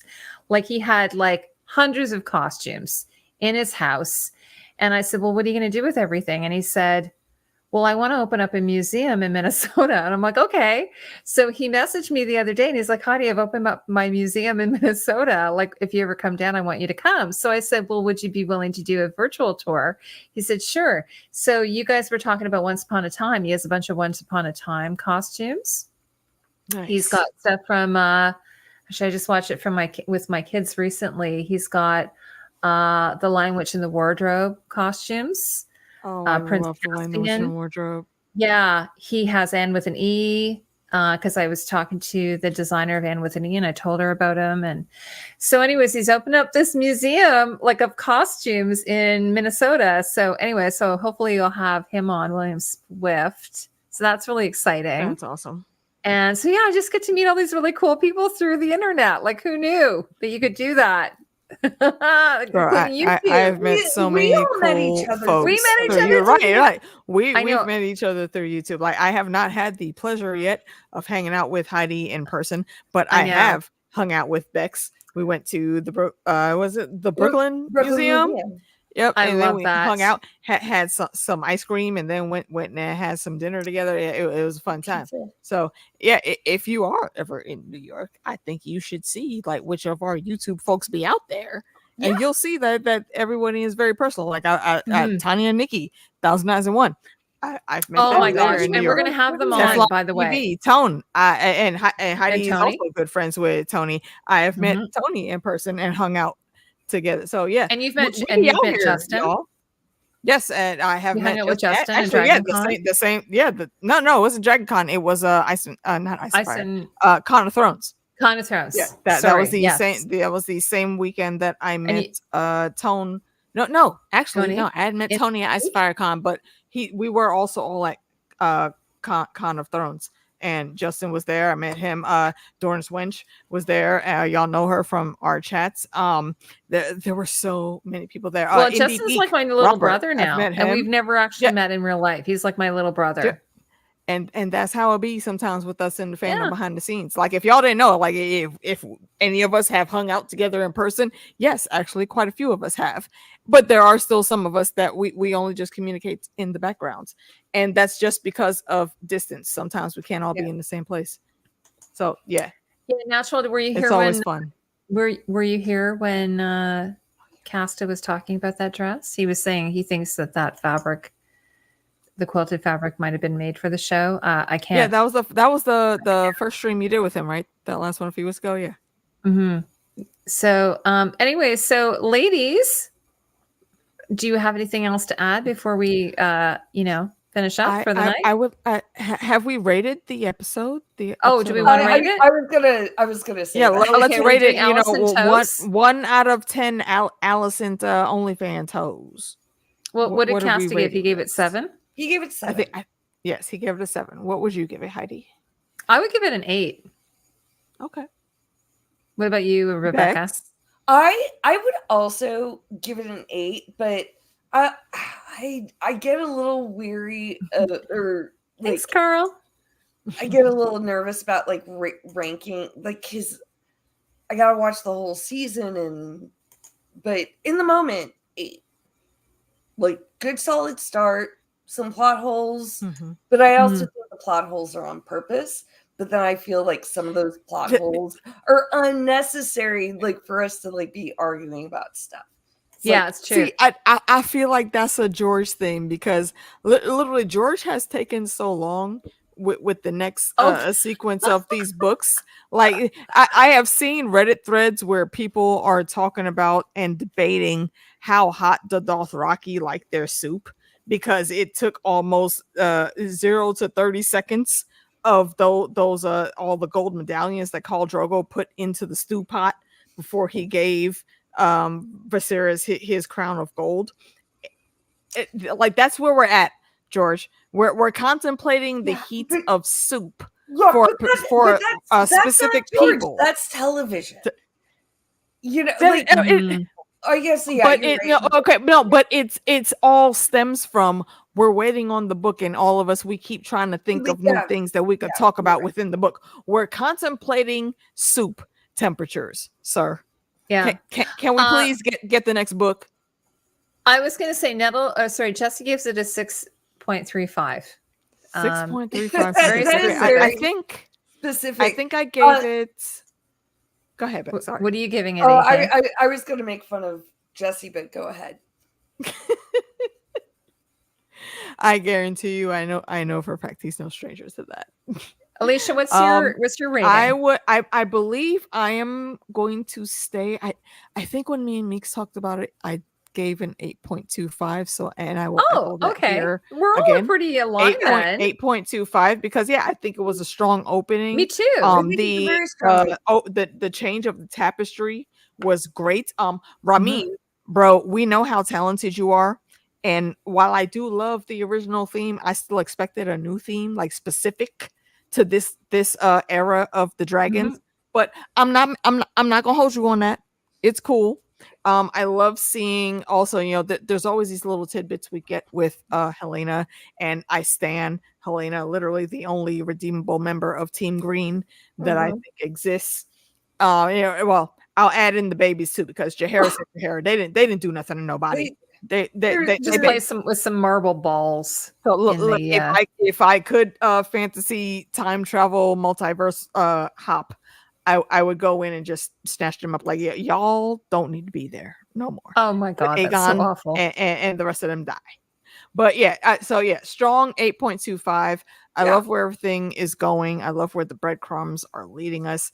And we know that there are some very cool things coming this season. And I can't wait to talk about it. I'm pretty sure I'm back on here with Heidi and Bex at some other points during the season. And they will also, if time allowing, will be on my channel to chat with me and my cousins about it. Tati, hey, baby girl. Like we need you to come back. Like we're sending the Raven right now. Yeah, we're trying to figure out a Saturday which she can join us. And then maybe we can do a matinee or something. A Saturday matinee. Indeed. Always open. Always open. Like a she's hello, darling. Maybe like a half season roundup. We'll figure it out. Carl misses you, Tatiana. I was gonna say Natural says someone where is it that she said that? She said, I've been following your channel when you had the longer title. So that was like when I first started, I had the name instead of Costumeco, I had Costume Cinematico, wasn't it? Oh my god. I was like, why the fuck did I pick that name? Like we remember that. Stupid. It means it sounded cool. It was not stupid. It sounded pretty cool. Oh, I was trying anyway. It would be like your full name, but then and then just shortened it. Yeah. A few of my friends say just shorten it and it's easier, it rolls off the tongue. And then and I had a fun opening. Like we had this kind of sign and everything. And then the thing was, oh no, you shouldn't have openings now. So I got rid of the opening. So anyway, we are where we are. For myself, I just recently was gifted a theme song for the beginning of my stream. So no, you absolutely should have an opener. And I mean, hopefully we schedule a date after we get off. So, and then you'll guys be able to hear that. open it. I'd love because, to. Yeah, Yeah. I would love to hear your opinion. Well, anyway, so Thank you for joining. Alicia, you're welcome love back you. anytime. Rebecca, I hope you'll come next week if you're available. Yes. Next week, I'm available. Okay, awesome. Okay, so that's going to be episode 2.2. Excellent.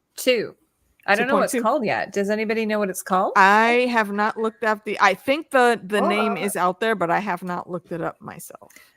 So yeah, it's just we're because it's already Thursday, so they're releasing some new photos and stuff, and hopefully we'll have a name. You from Meeks, and when I post for the discussion streams, I always try to put some random thing that. And also, we want Meeks whenever she wants to come back as well. Oh, absolutely! I will let her know tonight. And also, we want to have Tanya, but I've messaged her. I'll message her. Yes.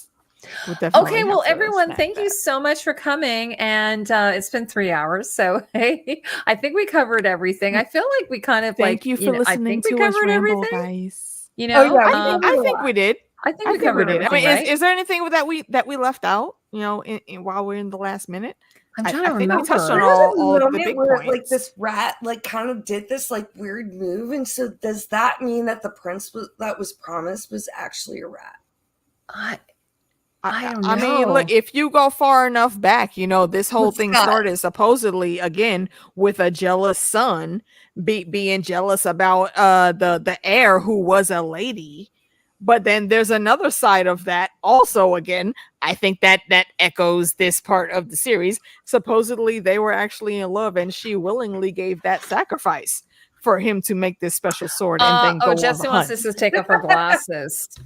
I probably have nose ring. Well, I'm off screen, so y'all can't even see my glasses. Why do you need glasses off?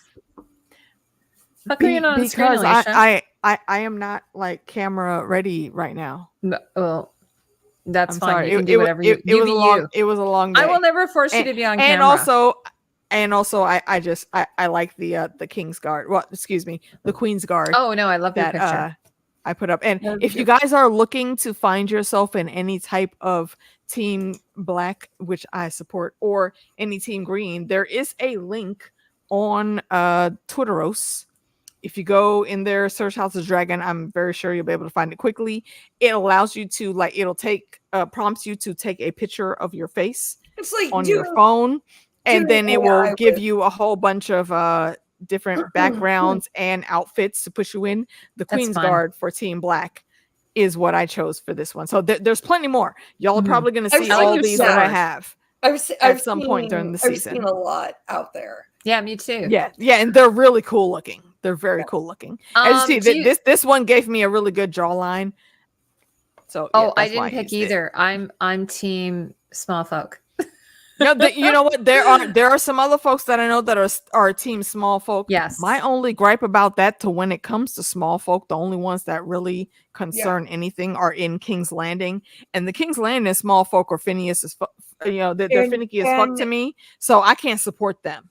And I definitely Condell has said this is a point of view we're all of our point of views are going to be from either Targaryens. The book is very biased to Team Green. There are definitely going to be battles where more soldiers and small folk are going to be a part of it, but unfortunately there's no Team Small Folk in the show. Yeah. Now, it just says almost choose, and I'm like, well, what if I don't want to choose? Well, see, that's the thing. That's the bad thing about a world that's set up like this. If you want to get a very good depiction of how war affects the small folk on any region, I would encourage you to search in not even Google search, but on YouTube search Valquist. Is it the Broken Man speech? The Broken Man, Valquist, the Broken Man speech, and also the North Remembers speech. That will, and these are speeches that Valquist brought to life that George actually wrote in the books, and you'll be able to see what we're talking about. Okay, you heard it here. Tatiana says she can come next Thursday. Yes, yes, the Queen will be here. I will be sending my raven Tatiana, if immediately. you're here next week, I'm going to wear my tiara because I've been wearing my tiara. I have it here. I don't have a tiara, but I'll put on my tiara for you when you come. Tatiana. I will wear some sort of headdress. Yeah, something. Yeah, I will find something to represent. Okay.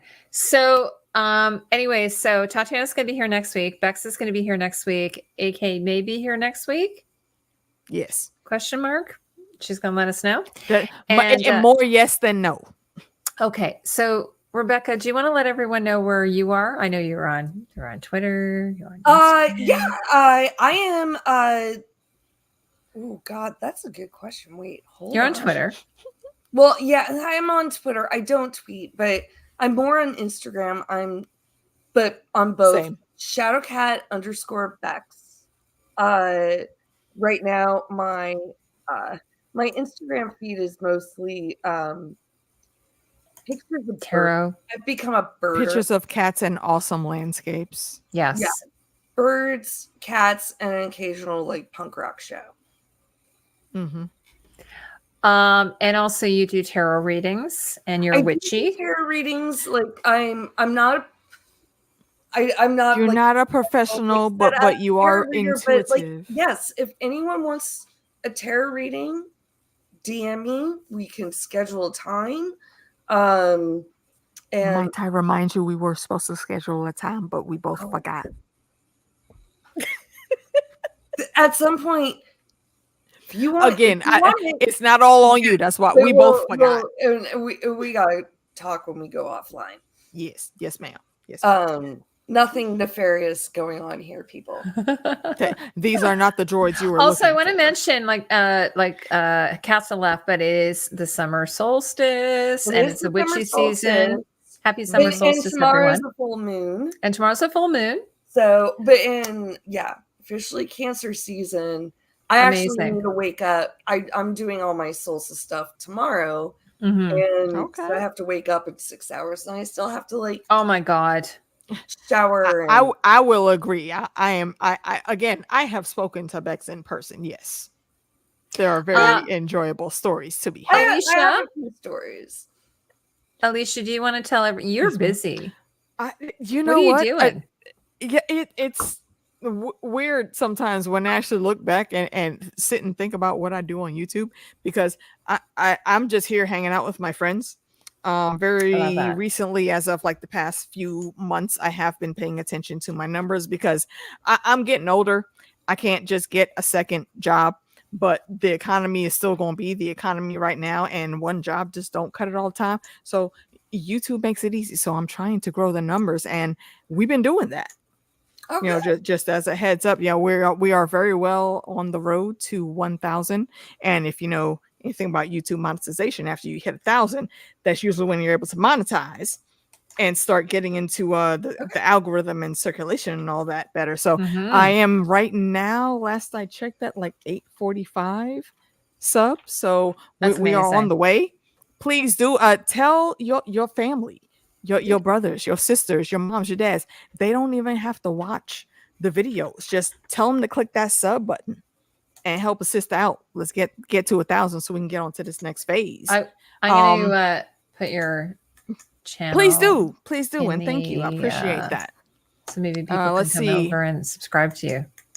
Indeed. So after today, tomorrow, I believe we are going through another Jackbox game session on the Citadel of Trivia channel. And that is me, Fandom, Sword in the Darkness, and Mary B. We're going to have some fun. The murder mystery trivia is always on deck. And we're probably going to do some we should have Fandom on, by the way. And a few other things. Indeed. You know what? He was here earlier. We should have him on. He's earlier. So sweet.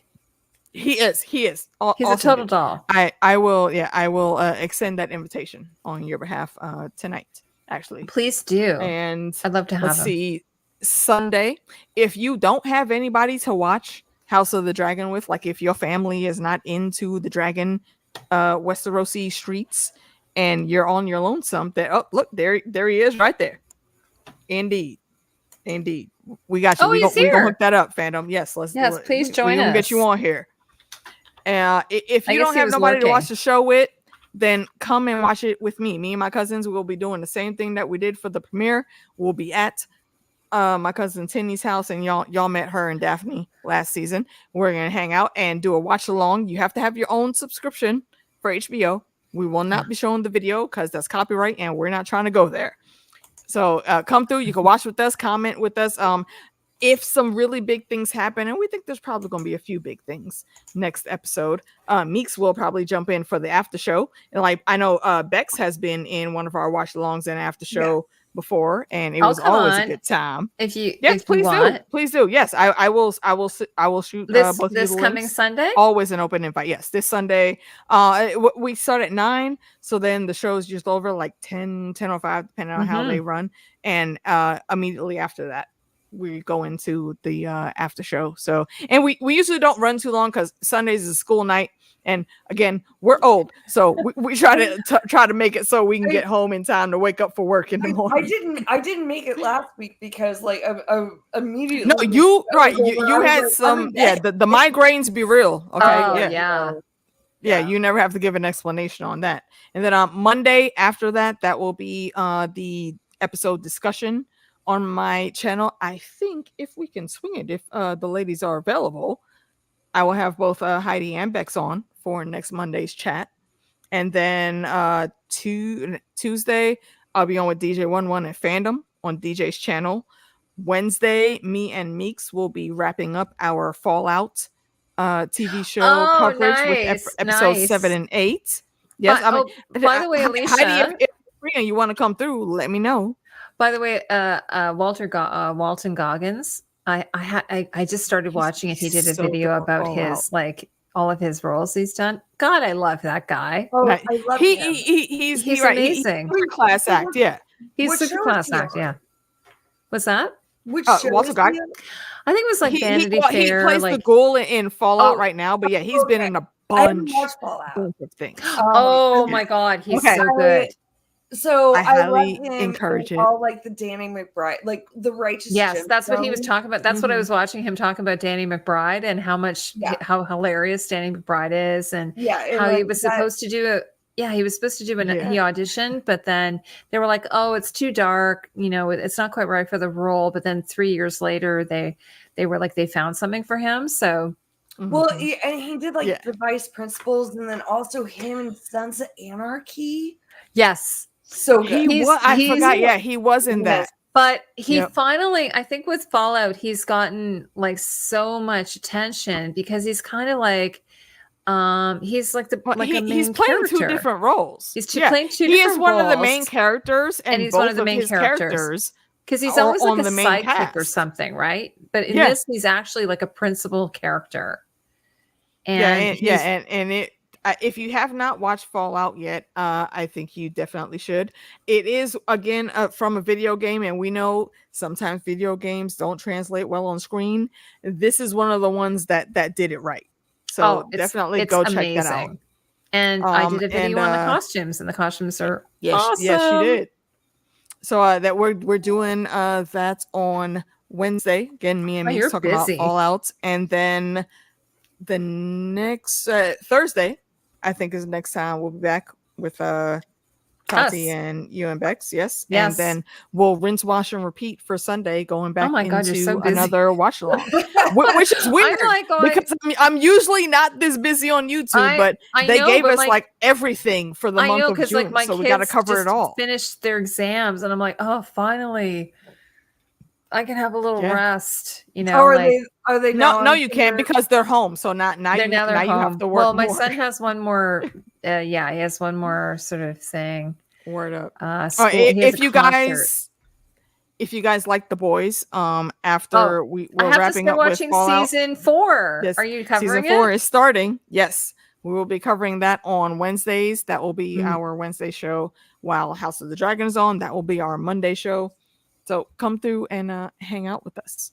I promise it'll be a good time. We have beer and wine. Oh, you have to bring your own beer and wine, though. Indeed. I love that you have beer and wine. That's so cute. And thank you again, Heidi, for having me. Oh my gosh, thank you guys. You know what? Honestly, you guys make my week. You really do. Adore you both. And Interesting. I'm looking This forward to is having fun. Tatiana and Famdom and Meeks and everybody back. And it was so fun having Casta tonight. Oh, Captain was fantastic. I feel so bad because it was he's so really cool. late. Jack's like, you should make it an earlier stream. And I'm like, but it's so hard for me to getting my act together. But then by 8 all of us o'clock. are at work. We're at work, getting everything together. Anyway, yeah, across the pond, time zones are not our friend. Yeah, When we try like that's to be why I in think these YouTube Robert treats. in Deep Geek has a problem because he has to do his streams early for that reason. Mm-hmm. So anyway, Well, no, or he stays up late, or he stays up late. I mean, And he's during also the another season, person. like I think the streams start at like 5, but that's still late for That's him. late for right, him. but they do go for several hours. So he goes after till like 1. He's also one another or 2 in the person that morning. I've met at Con of Thrones. He's also And cool. he is He seems lovely. like He's a sweetheart. nice. Yeah, he's a total sweetie. Okay, well, anyway, we're gonna let everyone go. Thank you so much. Thanks, Carl. Thanks for He hanging with starts us. at 10 p.m. guys. his time. Oh, okay, that makes sense. Okay, that's not too Mhm. bad. Yeah. All right. Well, thanks everyone. So we'll see you next week. Thanks, Tatiana. Hopefully, I'm going to connect with you. Bye, my girls. Bye, Nice, you know ending it. See ya, everyone.